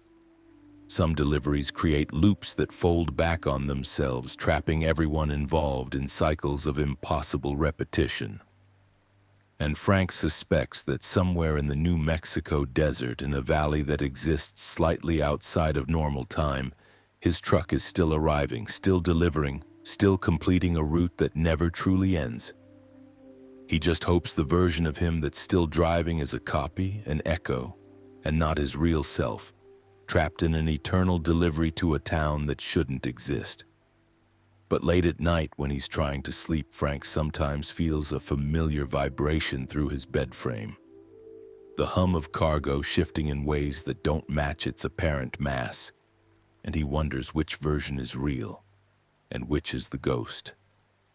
Story 7. The Static Between Stations. Kevin Yamamoto drove exclusively solo runs across the empty quarters of the American West, the routes nobody else wanted. Single-lane highways through Nevada, Utah, Wyoming, the vast stretches where cell service was a fairy tale and AM radio was your only companion. In his 16 years of professional driving, Kevin had learned to love the isolation, the hours of uninterrupted thought, the peculiar freedom of being completely alone with nothing but your truck and your mind. He was particularly fond of his radio. Not the CB. Kevin found the chatter of other drivers distracting, but a vintage AM/FM receiver he'd installed himself, capable of pulling in distant stations from across the continent. Late at night, when atmospheric conditions were right, he could pick up signals from Mexico, Canada, even occasionally something that sounded like it might be from Europe or Asia, though he knew that was technically impossible. On March 19, 2018, Kevin was northbound on US 93, that lonely ribbon of asphalt connecting Las Vegas to Twin Falls. It was 2:37 a.m., and he was in the dead zone, over 100 miles between the last station he'd lost and the next one he might find. Static hissed from his speakers, occasionally forming brief patterns that almost sounded like music before dissolving back into noise. Kevin was reaching for the dial, preparing to switch to one of his CD recordings when the static cleared suddenly and a voice emerged. "Is station 977 broadcasting from coordinates you won't find on any map? This is the Night Voice, and you're listening to the only show that's broadcast from somewhere else." The voice was male, middle-aged, with a quality that Kevin couldn't quite identify. Not accent, not tone, but something about the way syllables connected, as if the speaker was slightly out of sync with normal speech patterns. "Tonight's topic," the voice continued, "is roads, specifically the roads between places, not the places themselves, you understand, but the spaces in between. The nobody's land, the empty quarters. You know what I'm talking about, driver. You're there right now." Kevin felt a chill run down his spine. The voice seemed to be speaking directly to him, acknowledging his presence. "Let's take calls," the night voice said. "We've got Mark on the line from somewhere between Denver and Salt Lake. Mark, you're on the air." A new voice crackling with poor connection. "Yeah, I just wanted to say I've been driving this route for 9 years, and I swear there's a truck stop that appears and disappears. Sometimes it's there, sometimes it's not. Same exit, same location." "The Blue Mesa stop," the night voice said. It wasn't a question. "How did you—" "We know all the places that exist between places, Mark. The Blue Mesa is what we call a phase variant location. It's always there, but you can only see it when you're in the right state of mind. Or the wrong state, depending on your perspective." "What's that supposed to mean?" "It means the Blue Mesa exists primarily for people who need it to exist. Drivers who are too tired to continue, too desperate for fuel to make the next confirmed stop. It appears for them. But if you're well-rested, alert, with plenty of gas, you'll drive right past the exit and never know it was there." The caller, Mark said something else, but the connection deteriorated into static. The night voice resumed speaking. Our next caller is Jennifer, currently westbound on I-80 through Nebraska.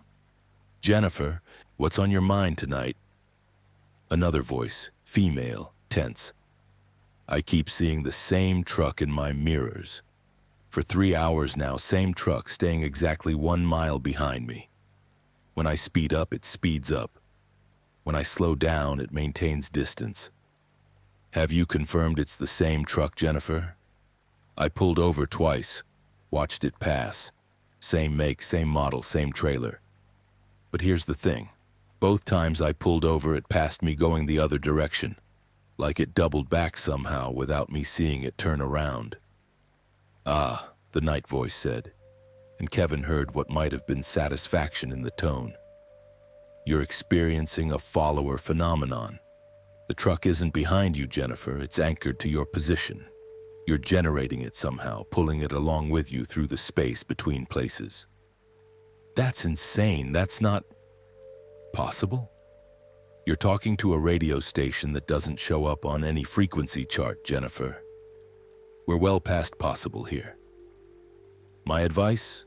Don't acknowledge the truck. Don't make eye contact with the driver if you see them. And whatever you do, don't let them pass you a third time. 3 observations complete the circuit. After that, you become the truck's destination. The call ended abruptly. Kevin was gripping his steering wheel hard enough to make his hands ache. He forced himself to relax, to breathe normally. It was just a radio show, probably some kind of performance art, an elaborate production designed to unsettle late-night drivers. But he checked his mirrors anyway. The highway behind him was empty, darkness broken only by his own taillights reflecting off road signs. Let's talk to Kevin, the night voice said. Kevin's hands jerked, nearly sending the truck across the center line.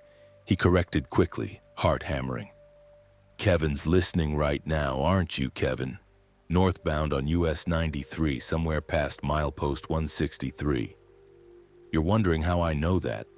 Simple answer. I'm between places, Kevin, and so are you.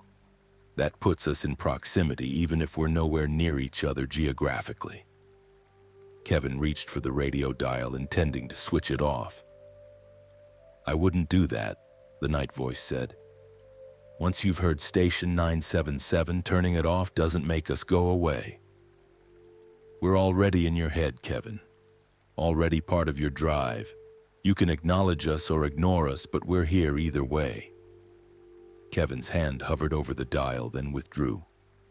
Something in the voice's tone convinced him that turning it off would be worse than listening. Smart choice. Now, Kevin, I've been watching your route. You're planning to stop at that all-night diner in Jackpot, aren't you? The one with the good coffee and the waitress who knows every regular by name. Kevin had been planning exactly that. The Starlight Diner just across the Idaho border. Don't, the night voice said flatly. The Starlight isn't safe tonight. Actually, it hasn't been safe for the past 3 nights. Something followed a driver inside on the 16th, and it's been waiting there ever since. You walk in there tonight, Kevin, and you won't walk out. At least not as yourself. This is insane, Kevin said aloud, speaking to his empty cab. You're talking to me, the night voice said, clearly hearing him somehow. That's progress. Now listen carefully. In approximately 47 miles, you'll see an exit that's not on your GPS. Old highway, looks abandoned. Take that exit. Follow it exactly 9.3 miles.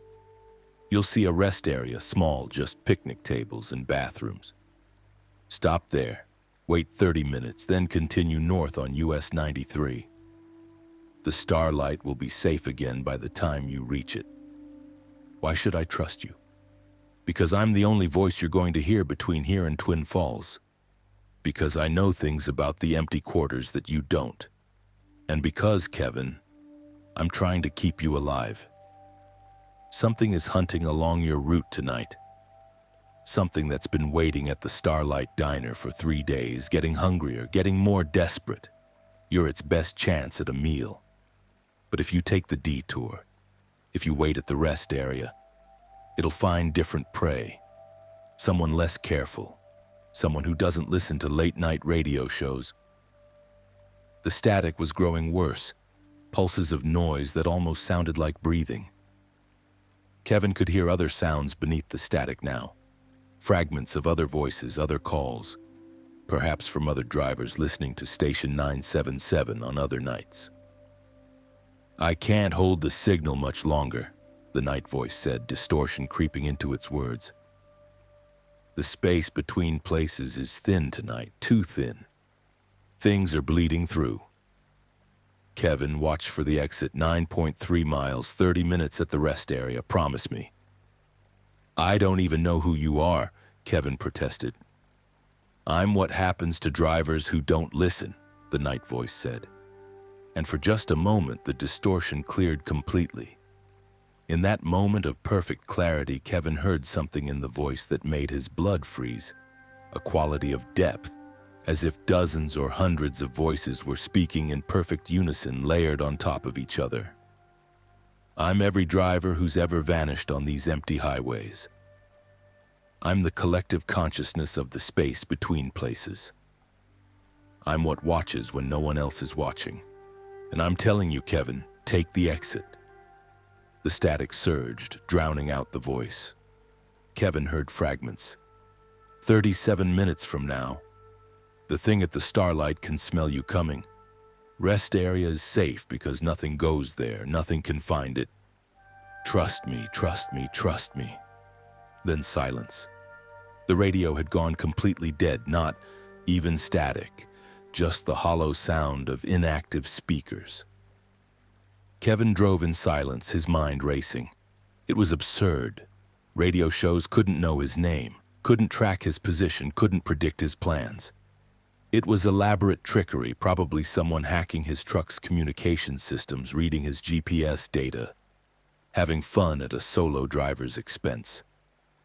But Kevin couldn't shake the memory of that layered voice, the sound of multitudes speaking as one. 37 minutes later, exactly as predicted, Kevin saw an exit. It wasn't on his GPS. His mapping software showed US 93 continuing straight with no turnoffs for another 63 miles. But the exit was physically there. A real off-ramp with a real sign reading State Route 768, Historical Scenic Route. Kevin slowed down. This was the moment of decision. Take the exit and follow the advice of an impossible radio show, or continue north and hope the Starlight Diner was just a normal restaurant and not somehow dangerous. He thought about those other callers. Mark and his phase variant truck stop. Jennifer and her follower phenomenon. The night voice had known things about them, about their situations. If it was a trick, it was an impossibly elaborate one. Kevin took the exit. The road was old two-lane asphalt, cracked and worn but maintained well enough for travel.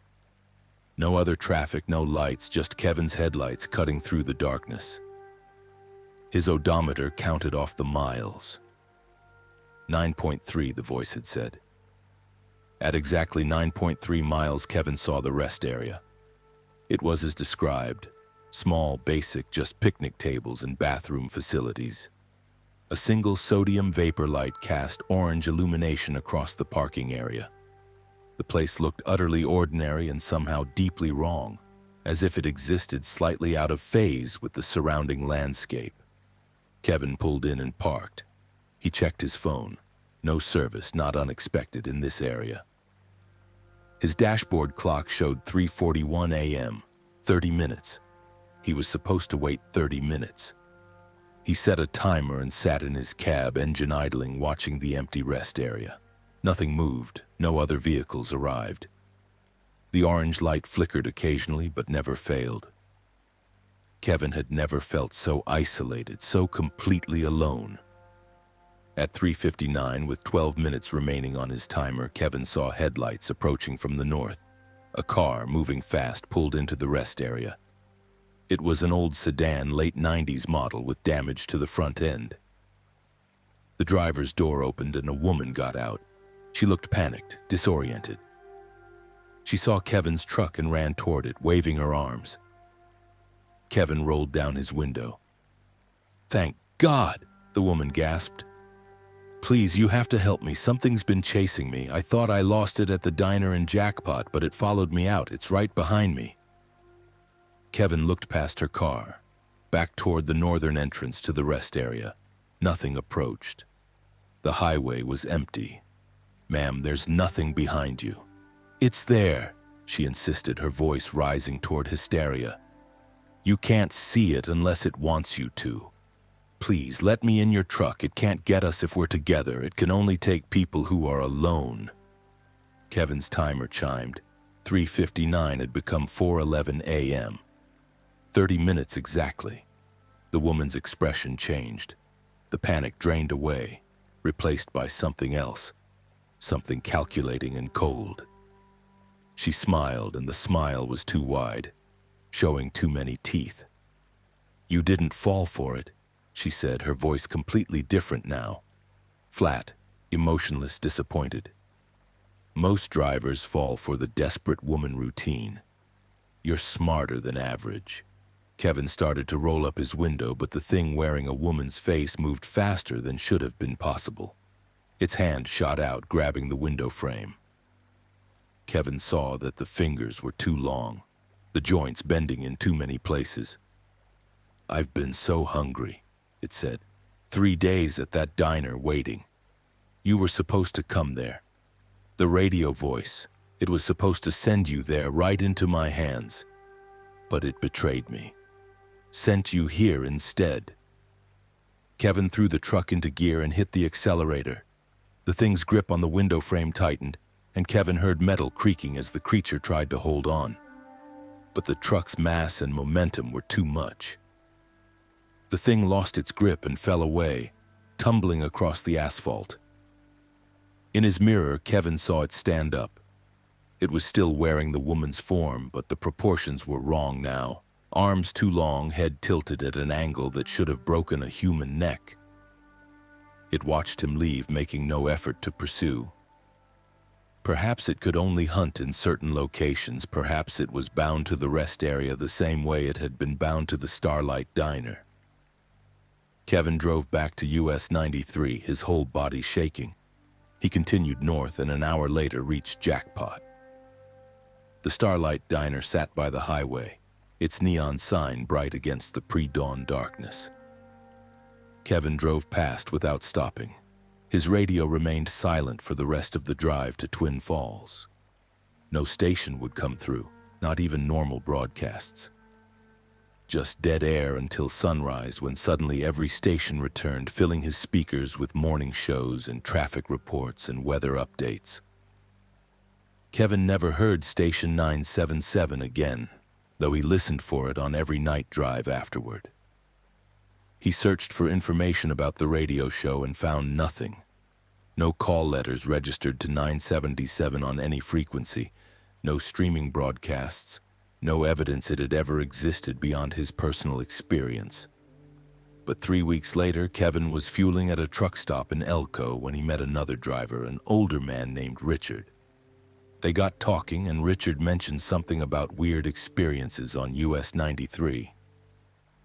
"Ever hear a radio station that knows too much?" Richard asked. Kevin's pulse quickened. "Tell me." "Happened to me about 5 years back. Voice on the radio called itself the Night Voice. Told me to avoid a specific rest area because something was waiting there. I thought I was losing my mind. But I took the advice, and later I heard about a driver who'd gone missing at that exact rest area the same night." "Where do you think the broadcast comes from?" Kevin asked. Richard shrugged. "I think it comes from the road itself, from the empty places.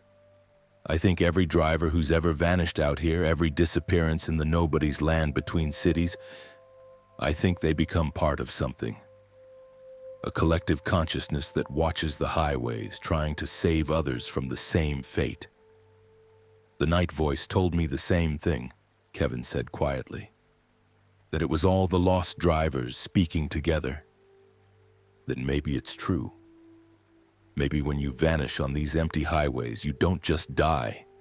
You become part of the space between places. You become a voice on a radio station that doesn't exist, trying to warn the living about the things that hunt in the dark. Kevin drives more carefully now. He plans his routes to avoid the emptiest highways during the deepest hours of night. He never stops at isolated rest areas, never trusts desperate strangers appearing from nowhere.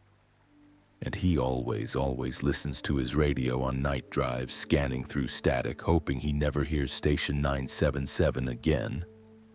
Because hearing it means something is hunting. It means the things between places have noticed him. And while the night voice might offer warnings, its very presence means Kevin is in danger. Traveling through spaces where the normal rules don't apply and predators older than the highways themselves are waiting for drivers foolish enough or unlucky enough to become their prey.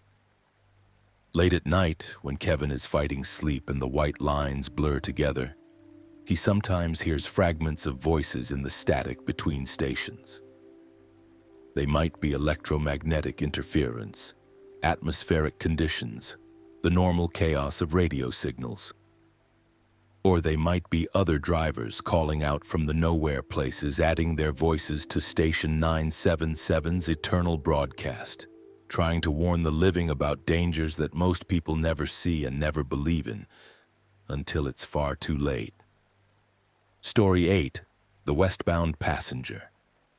Luis Hernandez had been driving for Prime Inc. for 8 years, mostly running the I-40 corridor between Oklahoma City and Barstow. He prided himself on maintaining strict professional protocols. No unauthorized passengers, no hitchhikers, no exceptions to the company's liability policies. It was this adherence to rules that made what happened on July 7, 2016, particularly disturbing because Luis knew with absolute certainty that he had never picked up a passenger. And, yet somewhere between Amarillo and Tucumcari, someone appeared in his truck. It was 4:17 a.m. when Luis first noticed her. He'd stopped at a Flying J outside Amarillo for fuel and a restroom break, spent exactly 11 minutes total away from his vehicle, and climbed back into a cab he knew was empty. He'd been driving for 23 minutes, making good time on a clear night with light traffic, when he glanced at his passenger seat and saw a woman sitting there. She was middle-aged, wearing jeans and a faded t-shirt advertising a band Luis didn't recognize. Her hair was pulled back in a ponytail and she was staring straight ahead through the windshield with an expression of profound sadness. She looked completely real, completely solid, and absolutely impossible. Luis jerked the wheel in shock, nearly sending his Freightliner into the rumble strip. He corrected quickly, his heart hammering, and looked again at the passenger seat. She was still there, still staring forward, still utterly silent. "Who the hell are you?" Luis demanded. "How did you get in my truck?" The woman didn't respond, didn't turn her head, didn't acknowledge his words in any way. Luis reached across to grab her shoulder, intending to shake her into awareness, but his hand passed through her as if she were made of air. Luis yanked his hand back, a sound of pure terror escaping his throat. He pulled onto the shoulder, hitting his flashers, and scrambled to turn on his cab's interior lights. In the full illumination, the woman remained visible but somehow less solid, slightly translucent, like a projection overlaid on reality. "You're not real," Luis said, his voice shaking. "You're not actually here." For the first time, the woman moved. Her head turned slowly toward Luis, and he saw that her eyes were empty. Not black like horror movie cliches, just empty, as if someone had taken the essential quality of sight and removed it, leaving only the physical structures behind. "I need to go west," she said. Her voice had a strange quality, as if it was coming from very far away and had lost clarity traveling the distance. "I've been trying to go west for so long." "You're not real," Luis repeated, grasping at any explanation his mind could produce. "I'm hallucinating. Carbon monoxide in the cab, or maybe I'm more tired than I realized. You're not actually here." I'm here, the woman said. I've always been here. I just haven't been able to manifest until tonight. You're the first driver who could see me in 17 months. Luis grabbed his phone and held it up, taking a photo of the passenger seat. When he looked at the image, the seat appeared empty. He took another photo, same result. The woman was visible to his eyes, but not to his phone's camera. Digital sensors can't perceive us, the woman explained. Only human consciousness can. That's why you're important, Luis. That's why I can finally continue my journey. How do you know my name? I know everything about this truck. I've been riding in it for 3 years, through 5 different drivers. You're the first one who's noticed me. Luis felt his mind struggling to process this information. That's impossible. I would have seen you before tonight. Not necessarily. We exist at the edges of perception, the places where attention doesn't quite focus. Most of the time, drivers look right through us, but tonight something changed. Maybe you're more open, maybe the conditions are right, maybe I've finally gathered enough presence to manifest fully. Regardless, you can see me now, which means you can help me. I'm not helping you with anything, Luis said firmly. I'm calling the police or my dispatcher and tell them what? That you have a ghost in your truck? They'll pull you off the road for a psychological evaluation. You'll lose your CDL, lose your job. Is that what you want? Luis stared at the woman, knowing she was right. If he reported this, if he claimed to be seeing invisible passengers, he'd be finished as a driver. He lowered his phone slowly. What do you want? He asked quietly. I want to go west to Barstow. That's where I was headed when I died. How did you die? The woman's empty eyes seemed to focus on something distant, something Luis couldn't see. I was a driver too. October 2nd, 2013, I was westbound on I-40 just past Tucumcari. Fell asleep at the wheel, crossed the median, hit an eastbound truck head-on. I died instantly. My truck burned. Luis felt cold spreading through his chest. I'm sorry. Don't be sorry, just take me to Barstow. I've been trapped on this highway for 3 years, unable to move forward on my own. I need a vehicle, a driver, someone who can perceive me strongly enough to anchor my presence. You're that driver, Luis. What happens if I refuse? Then I stay with you anyway. I'm attached to this truck now that you've seen me. Wherever you go, I go. The difference is whether I'm your passenger or your anchor. Passengers eventually reach their destinations. Anchors, they drag ships down into the depths. It was a clear threat. Luis understood that this thing, ghost, hallucination, whatever it was, would become a permanent presence in his life if he didn't help it reach its destination. He made a decision based purely on pragmatism. Barstow was already his destination. Agreeing to take her there cost him nothing. Fine. I'm going to Barstow anyway. You can ride along. The woman smiled, and the expression transformed her face from sad to almost peaceful. Thank you. You have no idea what it means to finally be moving forward again. Luis pulled back onto the highway, his hands steady on the wheel despite the turmoil in his mind. He'd deal with the impossibility of this situation by treating it as normal, as just another aspect of the job. He'd delivered strange cargo before. A ghost was just another type of freight. For the next hour, they drove in silence. The woman stared forward, occasionally shifting slightly in her seat. Small movements that confirmed her presence, that prevented Luis from convincing himself she was a persistent hallucination. As dawn began to brighten the eastern sky, Luis noticed something disturbing. The woman was becoming more solid, more present. Details he hadn't noticed before became clear. A scar on her left hand, a small tattoo on her wrist, the specific brand logo on her t-shirt. You're getting more real, Luis said. We gain substance from attention. The more you focus on me, the more present I become. It's how we persist. Drivers who died on these highways, we exist in the awareness of the living. When someone sees us, thinks about us, acknowledges our presence, we become more real. What happens when you reach Barstow? I move on, complete my final journey. Whatever comes after, I'll finally be able to find it. They crossed into New Mexico as the sun rose. The woman remained silent, but Luis found himself thinking about her story. A driver who'd fallen asleep crossed the median, died in fire. He imagined the terror of those final moments, the realization of fatal error, the impact. "What was your name?" he asked. Sandra Kowalski." Luis committed it to memory. If he was going to help this ghost reach her destination, the least he could do was remember her name. They drove through the morning, stopping only for fuel and food. Luis noticed that other drivers never glanced at his passenger seat, never showed any awareness of Sandra's presence. She truly was invisible to everyone except him. By noon, they were approaching Albuquerque.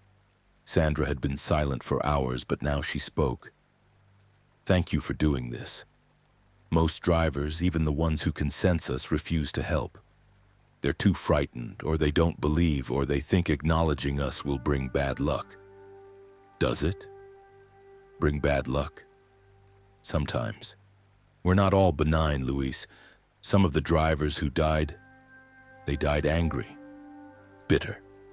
They want to drag living drivers into accidents, want company in death. But I'm not like that. I just want to finish my route." "How many ghosts are there on the highways?" "Thousands, maybe tens of thousands. Every driver who dies violently on the road has a chance of becoming trapped like this. Most fade quickly, unable to maintain presence. But some of us, the ones who died mid-route, who had strong attachment to our destinations, we persist. We ride with living drivers trying to complete our final journeys." They drove through Albuquerque, through Gallup into Arizona. Sandra grew more talkative as they approached her destination, telling Luis about her life. She'd had 2 daughters, both in college when she died. She'd been driving to make money for their tuition, pushing herself too hard, taking too many shifts. The night she died, she'd been on her 38th hour without real sleep, existing on caffeine and determination. "I was so close," she said quietly. "Barstow was 300 miles away. I thought I could make it. Thought I could push through one more night." "Did your daughters know what happened?" "They were told. I hope they understood. I hope they didn't blame themselves. The worst part of being trapped here is not knowing if they're okay, if they moved on, if they forgave me for not being more careful." Sunset found them approaching Kingman. Sandra was almost completely solid now, indistinguishable from a living passenger except for her empty eyes. Luis had been thinking about those eyes, about the quality of absence they contained. "Your eyes," he said. "Why are they like that?" "Because the dead don't see the world the way the living do. We perceive something else, something behind the surface, the road beneath the road. The way things really are when you strip away all the illusions of normal life." "What do you see when you look at me?" Sandra turned her empty eyes toward Luis. "I see that you're carrying guilt. Someone you lost. Someone you think you could have saved if you'd been more careful, more aware. You became a driver partly to run from that guilt, to spend your days moving forward so you never have to look back." Luis's hands tightened on the wheel. She was right, though he'd never told anyone about his brother, about the accident, about the ways he blamed himself. "How can you see that?" "Because we're alike, Luis. All of us on these highways, living and dead, we're running from something. We think if we keep moving, keep covering distance, eventually we'll outrun our pasts. But we never do. The past rides with us, a permanent passenger, visible or not." They drove in heavy silence through the evening. As they crossed into California and began the final descent toward Barstow, Sandra spoke one last time. "It's ahead. I can feel it. the place where I was supposed to deliver my load. Once we reach it, I'll be released. Thank you, Luis. Thank you for seeing me. Thank you for taking me home. Barstow appeared in the distance, a sprawl of lights in the desert night. Luis followed his GPS to his delivery location, a distribution center on the eastern edge of town. As he pulled into the facility's entrance, Sandra looked at him with her empty eyes. This is where I was going. This exact place. My final destination. Luis parked the truck and turned to face her. What happens now? Now I deliver my cargo. Now I complete my route. Now I move on to whatever comes after. Sandra reached out and placed her hand on Luis's arm. He felt it this time. Not solid exactly, but present. A gentle pressure that conveyed both gratitude and farewell. Then she faded, becoming translucent, then transparent, then gone. The passenger seat was empty. Luis sat in silence for a long moment. Then he completed his own delivery, signed the paperwork, and prepared for the return journey to Oklahoma City. As he drove back through Barstow, he passed a truck stop and saw a memorial marker by the side of the road. He stopped to read it. In memory of Sandra Kowalski, professional driver, 1971-2013, she died doing the job she loved. Her final delivery was completed by those who remembered her. Luis stood before the marker, understanding now that he wasn't the first driver to help Sandra reach Barstow. Other drivers had seen her, had taken her this far, had helped her come closer to completion. He'd been the last in a chain of unknowing helpers, the one who'd finally gotten her across the finish line. He returned to his truck and continued his route. But things had changed. Now when Luis drove through the night hours, he found himself watching his passenger seat from the corner of his eye. Sometimes he thought he saw movement there, the suggestion of a presence. Other drivers, other ghosts, trying to complete their final routes. Most of the time he drove alone.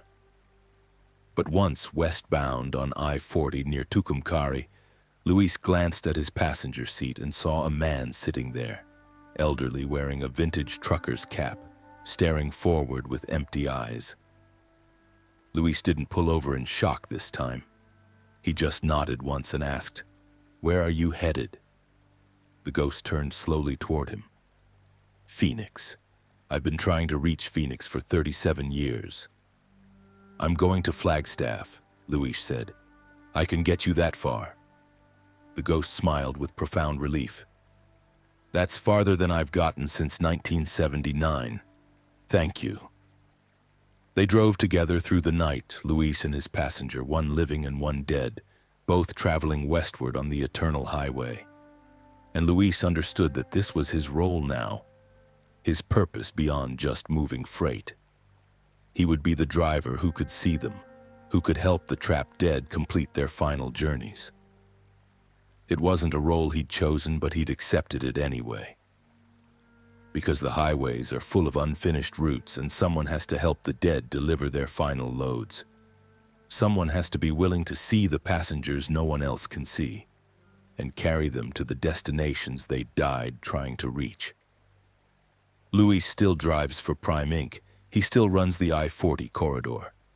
But now he drives with his passenger seat reserved, always ready for the ghosts who need a ride.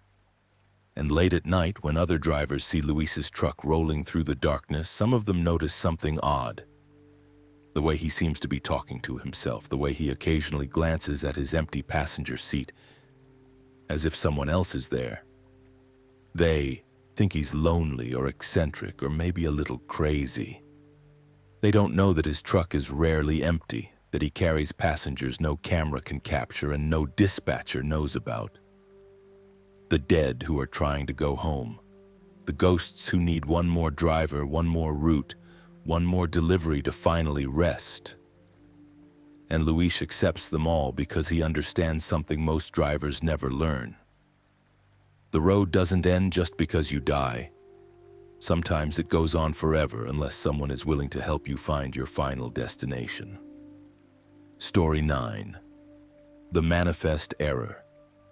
Charlotte Webb worked exclusively for specialized freight companies that moved high-security cargo, prototypes, medical equipment, government contracts, the kind of loads that required armed escorts and multi-layered security protocols. In her 19 years of handling sensitive freight, she'd transported everything from experimental aircraft components to biological samples that couldn't be named in paperwork. She understood discretion, followed procedures exactly, and never ever deviated from established protocols, which made the manifest error on January 11, 2020, particularly troubling because Charlotte's manifests were never wrong. She picked up the load from a secure facility outside Wright-Patterson Air Force Base in Ohio at 6 a.m. Standard procedure: armed escort to the loading dock, military personnel supervising the loading of 3 identical crates, each measuring 4 feet by 4 feet by 8 feet, each weighing exactly 217 pounds according to the certified scales. The manifest listed the contents as technical equipment components with a classification level that Charlotte wasn't authorized to question. Destination: White Sands Missile Range, New Mexico. Route: predetermined, no deviations authorized, GPS tracking engaged, check-in protocols every 4 hours. Charlotte drove west through Ohio, Indiana, Illinois. The crates sat secured in her climate-controlled trailer, exactly as loaded. At 2 p.m., she completed her first check-in. Position confirmed, cargo secure, estimated arrival at White Sands as scheduled for 6 a.m. the following morning. By 8 p.m., Charlotte had crossed into Missouri and stopped at an approved secure truck stop for her mandatory rest period. She performed the required security check of her trailer. Locks intact, GPS trackers functioning. All 3 crates visible and undisturbed through the trailer's internal camera system. But something was wrong with the camera feed. Charlotte squinted at her tablet screen, trying to understand what she was seeing. The 3 crates sat in their secured positions, but there seemed to be a 4th crate visible in the frame. Not clearly, it was positioned in a blind spot between 2 of the authorized crates, but definitely present. Charlotte reviewed the loading footage she'd recorded that morning. 3 crates loaded. 3 crates documented, but the current camera feed showed 4. She immediately contacted her security coordinator. "This is Transport Unit 773. I have a manifest discrepancy. My trailer shows 4 crates. I only loaded 3. The coordinator's response was immediate and tense. "Stand by. Do not approach the trailer. Do not open the doors. Maintain visual via camera only. We're reviewing your loading footage now." Charlotte waited in her cab, watching the camera feed. The 4th crate remained stubbornly visible, though its edges seemed slightly blurred, as if it wasn't quite in focus. 20 minutes later, her coordinator called back. "We've confirmed your loading footage. 3 crates only. Our theory is a digital artifact in your camera feed. Corrupted data creating a phantom image. But we're taking this seriously. Continue to your destination. Do not stop except for fuel.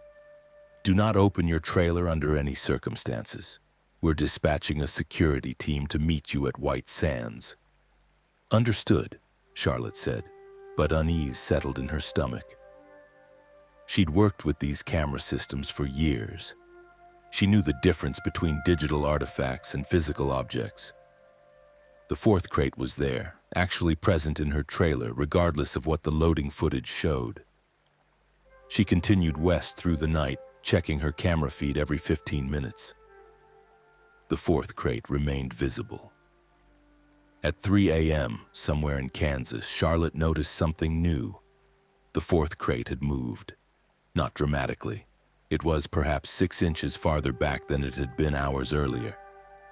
But it had definitely changed position. Charlotte pulled onto the shoulder and reviewed her saved camera footage. She watched the last 3 hours in fast forward and saw it clearly. The 4th crate was slowly, incrementally moving backward in the trailer, sliding toward the rear doors at a rate of approximately 1 inch per hour. She called her coordinator again. The fourth crate is moving. Repeat that? The phantom crate, the one that's not on my manifest, it's moving backward in my trailer, toward the doors. Silence on the line for several seconds, then. You're certain? I've got footage, I can send it to you. Do it, and Charlotte, increase your speed. Get to White Sands as fast as safely possible. We're scrambling the security team now. Charlotte sent the footage and resumed driving, pushing her speed to the legal maximum. The fourth crate continued its slow migration toward the trailer's rear. By the time she crossed into Colorado at dawn, the crate was only 3 feet from the doors. That's when Charlotte noticed the manifest had changed. She'd printed a physical copy at pickup, standard procedure for secure cargo. She pulled it from her paperwork folder and stared at it in confusion. The manifest now listed 4 crates, each measuring 4 feet by 4 feet by 8 feet, each weighing exactly 217 pounds. Contents: technical equipment components. But Charlotte remembered clearly. There had been 3 crates on the original manifest. She'd counted them, verified them, signed for 3 crates specifically. She checked her tablet's digital copy of the manifest. 4 crates listed. She searched her email for the original manifest sent by the shipper. 4 crates. Charlotte's hands began to shake. Reality was rewriting itself around her cargo. The 4th crate wasn't appearing. It had always been there, and somehow Charlotte's memory of loading only 3 crates was the error. Except she had the footage. She pulled up her saved loading video and watched it. 4 crates loaded into her trailer. The military personnel secured 4 crates. Her memory was wrong. The footage was clear. But Charlotte's mind held a vivid, detailed memory of loading only 3 crates. She remembered the specific pattern they'd made in the trailer, the empty space where the 4th crate now sat. Both realities existed simultaneously in her consciousness, creating a dissonance that made her head ache. She called her coordinator. My manifest has changed. It shows 4 crates now. Was it always 4? Your original manifest listed 4 crates, the coordinator confirmed. Is there a problem? I remember loading 3. I remember signing for 3 specifically. Charlotte, are you feeling well? Your paperwork clearly shows 4 crates. We have the signed manifest on file. You accepted delivery of 4 crates at 0600 this morning. Charlotte ended the call, her heart racing. Either she was losing her mind or something in her trailer was retroactively inserting itself into reality, rewriting documentation and memory to accommodate its presence. She glanced at her camera feed. The 4th crate was now only 1 foot from the rear doors. And as she watched, it moved again. Not slowly this time, but a sudden lurch of 6 inches as if whatever was inside had shifted its weight deliberately. Charlotte drove faster, racing the sunrise across Colorado. The 4th crate continued its steady approach to the trailer doors. By the time she reached the New Mexico border, the crate was touching the doors from inside. That's when her trailer's rear doors opened. Charlotte saw it happen in her camera feed. The locks disengaged on their own. The doors swung wide, and the 4th crate began to slide backward, toward the open air and the highway rushing past at 70 miles per hour. Charlotte hit her brakes, initiating an emergency stop that made her cargo straps scream with tension. The 4th crate's slide accelerated, and it tumbled out of the trailer, hitting the highway at speed. It should have shattered, should have broken apart on impact. Instead, the crate bounced once, twice, then rolled to the shoulder and sat upright, as if gently placed there by careful hands. Charlotte brought her truck to a stop, grabbed her phone and called her coordinator while watching the crate in her mirrors. It sat motionless on the shoulder 200 yards behind her position. The 4th crate just ejected itself from my trailer. Doors opened on their own. The crate is now on the highway shoulder at... She checked her GPS. Mile marker 273 on I-25 northbound. Stay in your vehicle. Do not approach the crate. We have your position. Security team is en route. Charlotte waited, watching the crate in her mirrors. Traffic was light, but the few vehicles that passed seemed to curve around the crate, as if drivers were unconsciously avoiding it despite its position well off the travel lanes. 20 minutes later, 3 black SUVs arrived, coming from the south at high speed. Armed personnel in unmarked tactical gear emerged, surrounding the crate. Charlotte watched them open it carefully, prepared for something dangerous, something that required their weapons and protective equipment. The crate was empty. Charlotte could see this clearly even from 200 yards away. The tactical team opened the crate fully, searched its interior, examined every surface. Nothing inside. One of the team members approached Charlotte's truck.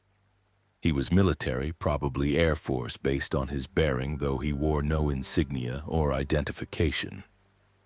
"Ms. Webb, we need to inspect your trailer." "Of course."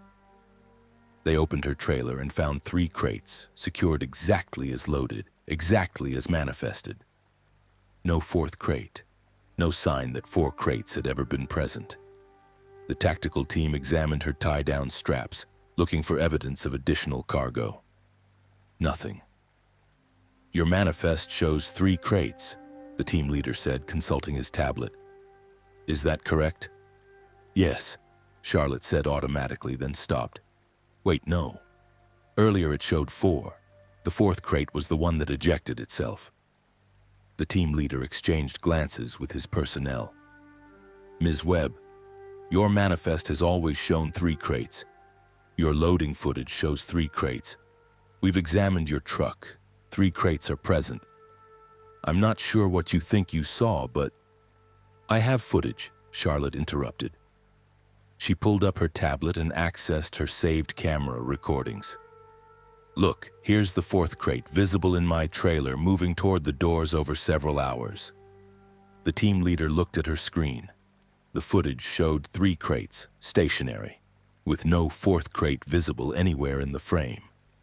Charlotte scrolled through hours of recording. 3 crates, always 3, never 4. "That's impossible," Charlotte whispered. "I watched it move, I watched it eject from my trailer. You just examined the empty crate on the shoulder." "Ma'am, there is no crate on the shoulder, there's nothing there." Charlotte looked past him at the shoulder where the crate had landed. Empty asphalt. No crate. No mark where it had impacted. Nothing. "I'm going to have to ask you to submit to a medical evaluation," the team leader said gently. "You may be experiencing fatigue-induced hallucinations. We take these incidents very seriously." They wouldn't let Charlotte continue driving. One of the tactical team members took over her truck, delivering the 3 crates to White Sands while Charlotte was transported to a medical facility for evaluation. She spent 6 hours undergoing tests, neurological, psychological, toxicological. Everything came back normal. The official report listed the incident as a hallucination caused by extended driving and stress. Charlotte was cleared for duty after a mandatory 2-week rest period. Her security clearance remained intact, though a note was added to her file about the episode. But Charlotte knew what she'd seen. She had memories of the 4th crate, vivid and detailed, even though no evidence of its existence remained. She remembered its slow migration to the trailer doors, remembered watching it tumble to the highway, remembered the tactical team examining its empty interior. She researched similar incidents and found scattered reports buried in forums and archived mailing lists. Other drivers, other cargo transporters describing identical experiences. A 4th crate that appeared in cargo holds, that wasn't on manifests initially but somehow became documented retroactively, that moved on its own and eventually ejected itself, leaving no trace. The theories were wild, unsupported, but Charlotte found them oddly convincing. Some suggested the 4th crate was a test object that existed in quantum superposition, simultaneously present and absent until observed. Others proposed it was experimental technology designed to self-deploy and then erase evidence of its transportation. A few claimed it was something non-human, something using freight systems to move through reality by hitchhiking in legitimate cargo shipments. Charlotte continued working for specialized freight companies, but she developed new habits.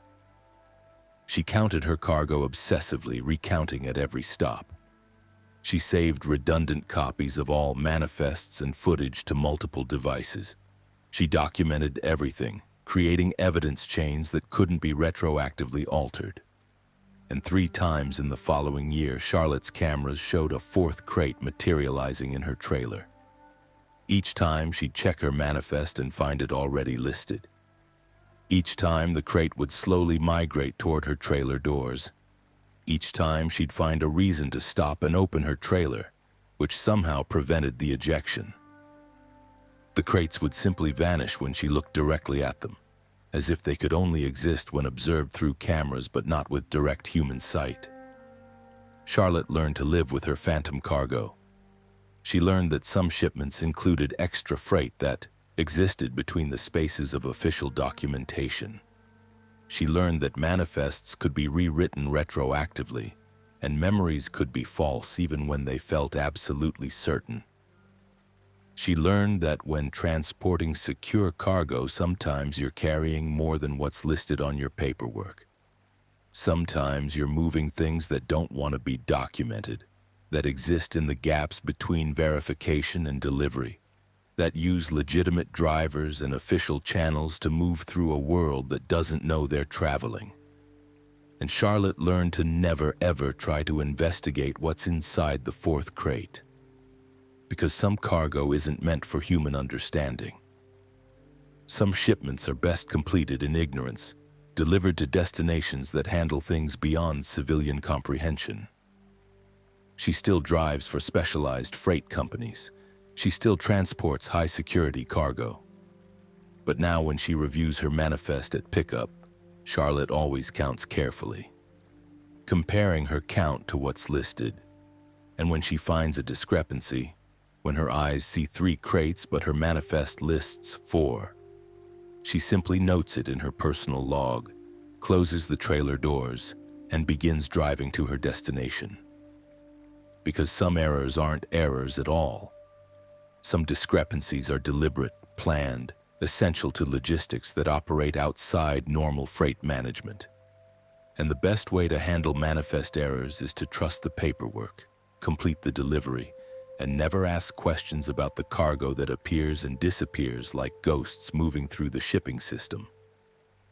The 4th crate is always somewhere in someone's trailer, making its slow migration to the doors. And when it finally ejects itself and vanishes from documentation, another one appears elsewhere, beginning the cycle again. An eternal shipment of nothing and everything carried by drivers who will forget they ever transported it. Recorded in manifests that will rewrite themselves, delivered to locations that official records will show never received anything unusual. Charlotte knows she's part of a system she doesn't understand. She knows that her truck has become a conduit for something that moves between spaces, using freight networks to traverse reality in ways that normal transportation can't accommodate. And she's made her peace with it because what choice does she have? The 4th crate finds her anyway, whether she accepts it or not. So she counts her cargo, notes the discrepancies, and drives to her destinations carrying 3 crates and sometimes 4. Depending on which reality you choose to believe. And the manifest errors continue, spreading across the freight system, rewriting documentation, altering memories, moving impossible cargo to places that can't be mapped and purposes that can't be named. Story 10. The Northern Lights. James Cordova drove exclusively for companies servicing Alaska and northern Canada, specializing in winter routes that most drivers avoided. Ice roads, remote settlements, deliveries measured in days rather than hours. In his 26 years of Arctic driving, James had developed an intimate relationship with the extreme north. its dangers, its beauty, its absolute indifference to human survival. He'd driven through whiteout blizzards, navigated ice roads that cracked under his weight, and delivered supplies to communities so remote they appeared on no consumer maps. On December 21st, 2019, the winter solstice, the longest night of the year, James was northbound on the Dalton Highway, hauling supplies to Deadhorse at the top of the world. It was 4:30 p.m. and the sun had already set, beginning the long night that would last until mid-morning. The aurora borealis was active, green and violet curtains dancing across the sky in patterns that never repeated. James had seen the northern lights thousands of times, but tonight they were unusually active, unusually vivid. The display was so intense that it created visible shadows on the snow, light bright enough to drive by even without headlights. At mile marker 243, the aurora intensified dramatically. The colors shifted from green and violet to shades James had never seen in his decades of Arctic driving. Colors that seemed to exist outside the normal spectrum, hues that his eyes struggled to process and his brain couldn't properly name. The lights descended lower in the sky, reaching down toward the earth like luminous fingers. James had never seen aurora behave this way. They normally stayed high in the atmosphere, never approaching ground level. But these lights were dropping, reaching, extending toward his truck specifically. Then the lights touched his vehicle. James felt it, a sensation like static electricity, but deeper, more fundamental, as if the lights were passing through his truck's metal frame and touching him directly. His radio went mad, cycling through stations faster than should be possible. Voices and music and static blending into incomprehensible noise. The dashboard instruments fluctuated wildly. His speedometer showed impossible speeds, 200 miles per hour, while the truck was clearly traveling its normal 60, then dropped to 0 while he was moving. The temperature gauge read both freezing and overheating simultaneously. His GPS locked onto coordinates that placed him in Norway, then Antarctica, then locations that weren't on Earth at all according to the longitude and latitude. The world outside his windshield changed. The highway was still there, still beneath his wheels, but the landscape had transformed. The familiar Arctic terrain was gone, replaced by something alien. Black ice stretched in all directions, perfectly smooth, reflecting the aurora above like an enormous mirror. Strange formations rose from the ice, structures that might have been geological or might have been constructed, shapes that followed no architecture James recognized. He drove through this transformed landscape for what felt like hours but was simultaneously no time at all. His truck's clock had stopped, frozen at the moment the aurora touched him. His phone was dead.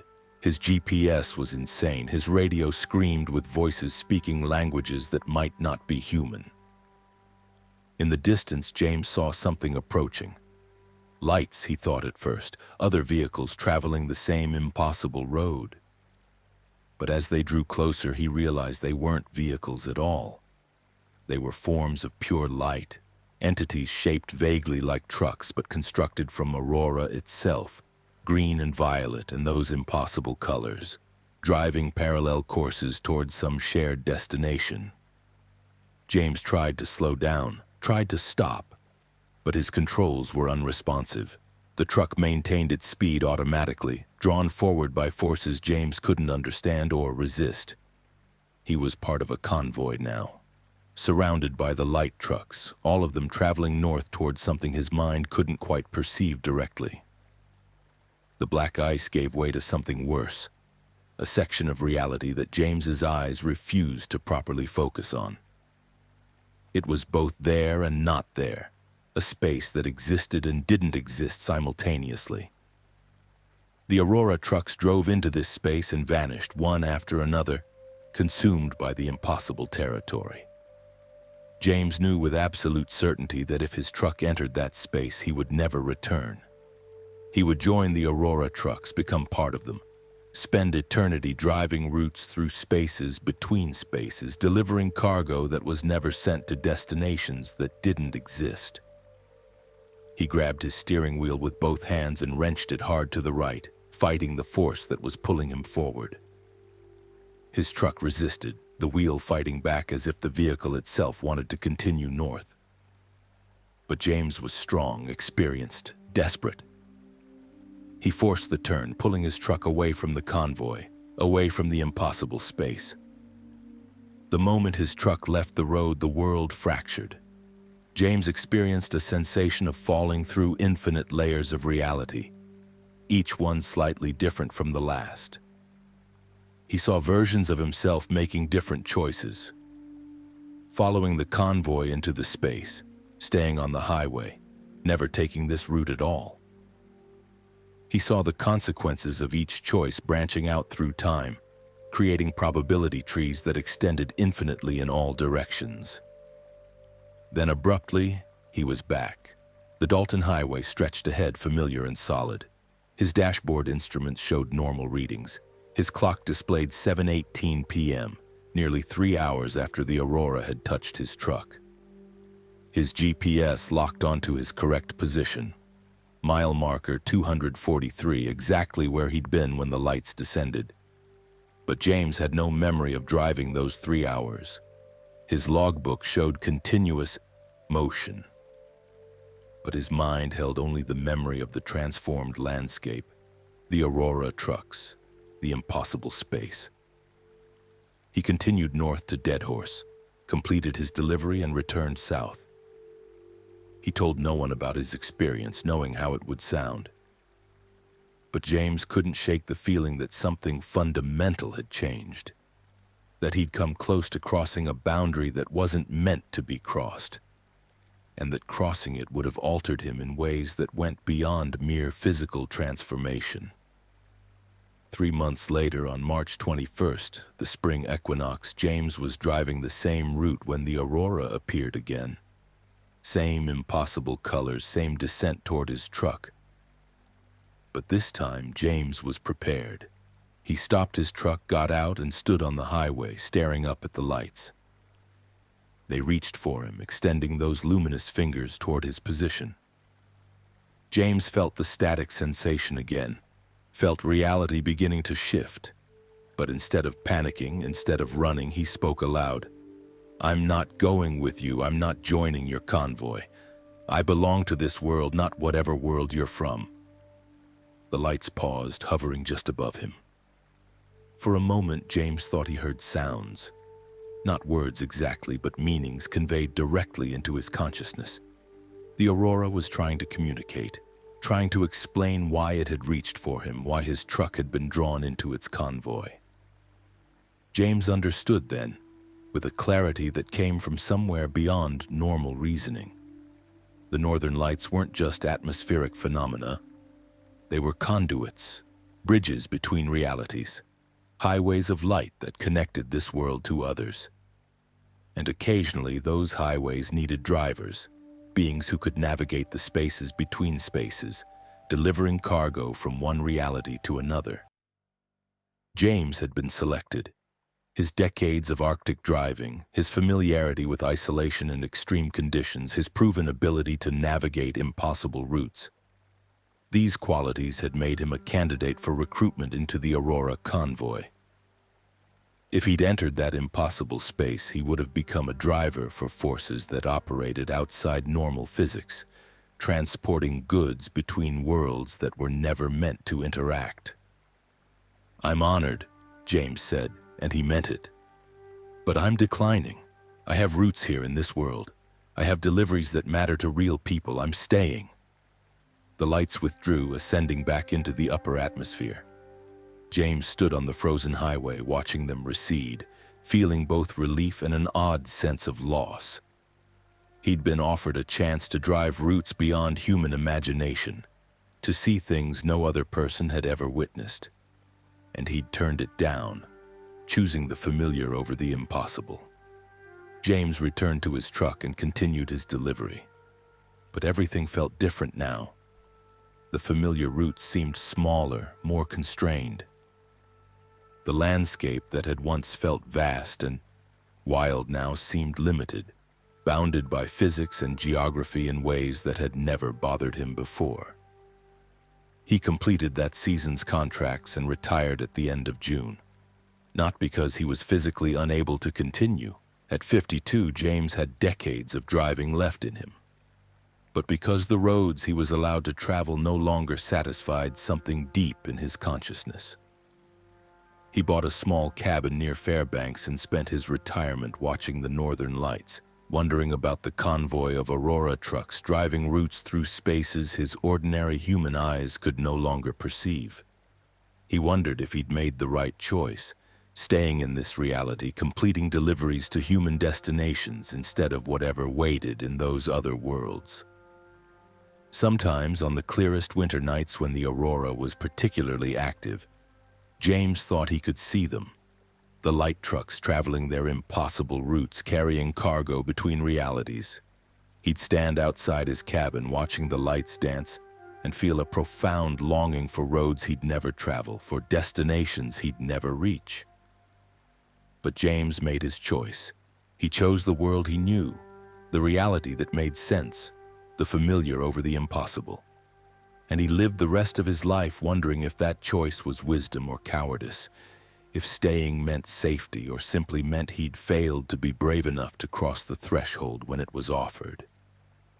The northern lights continue their eternal display, dancing across the Arctic sky. And within those lights, invisible to normal sight, the convoy continues. Trucks of pure aurora traveling routes that connect this world to others, driven by beings who accepted the offer James declined, who chose to become part of something larger and stranger than ordinary human existence. James watches them every winter night, standing outside his cabin, tracking their invisible journeys across the sky. And sometimes, just sometimes, he thinks he sees a gap in their formation, a space where one more truck could fit, a position held open as if waiting for the driver who got away, the man who almost joined the convoy but chose to remain behind. The invitation remains open, James knows. The aurora remembers him, and on the nights when the lights descend particularly low, reaching toward the earth like they did that winter solstice, James wonders if he'll have the courage or the foolishness to accept next time. To climb into that impossible space and join the convoy, to drive the roads between realities, to finally discover what destinations wait for those brave or reckless enough to follow the northern lights wherever they lead. But for now, he just watches, and the lights dance on, carrying their secret cargo, traveling their hidden routes maintained by drivers who chose differently than James did, who accepted the transformation and became something more and less than human. Eternal travelers on highways of light, delivering the impossible across the boundaries of reality itself.